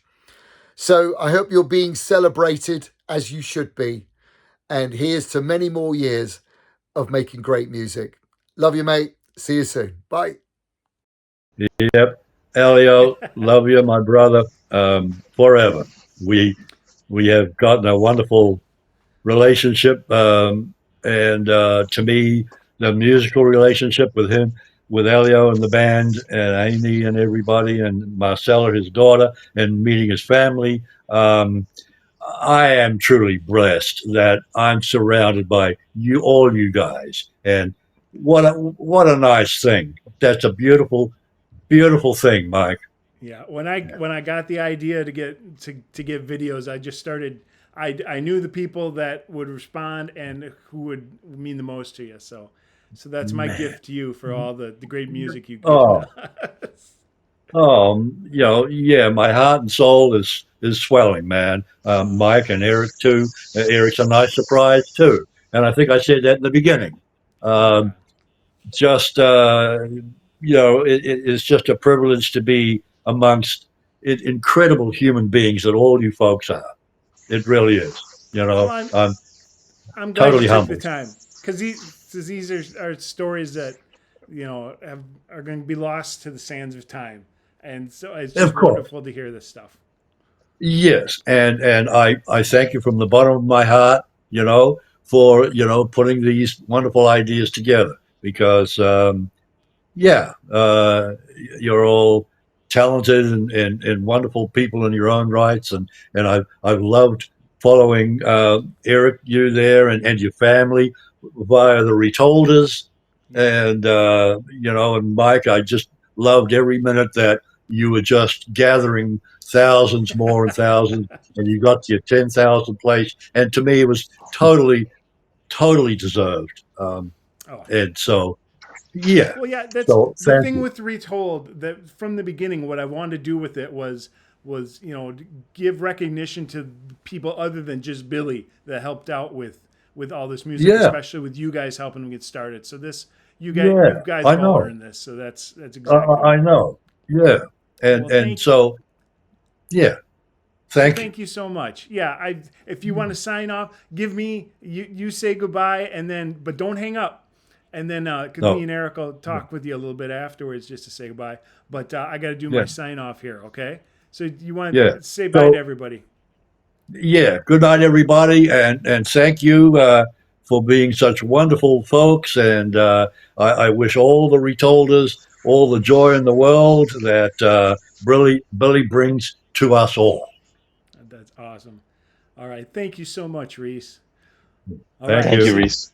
This has Thank you, been Eric. Thank you, it's Mike. still Billy Joel to me on Billy Joel completely retold. And remember, you haven't heard Billy Joel till you've heard Billy Joel completely retold. Thank you so much for hanging out, guys. Beautiful.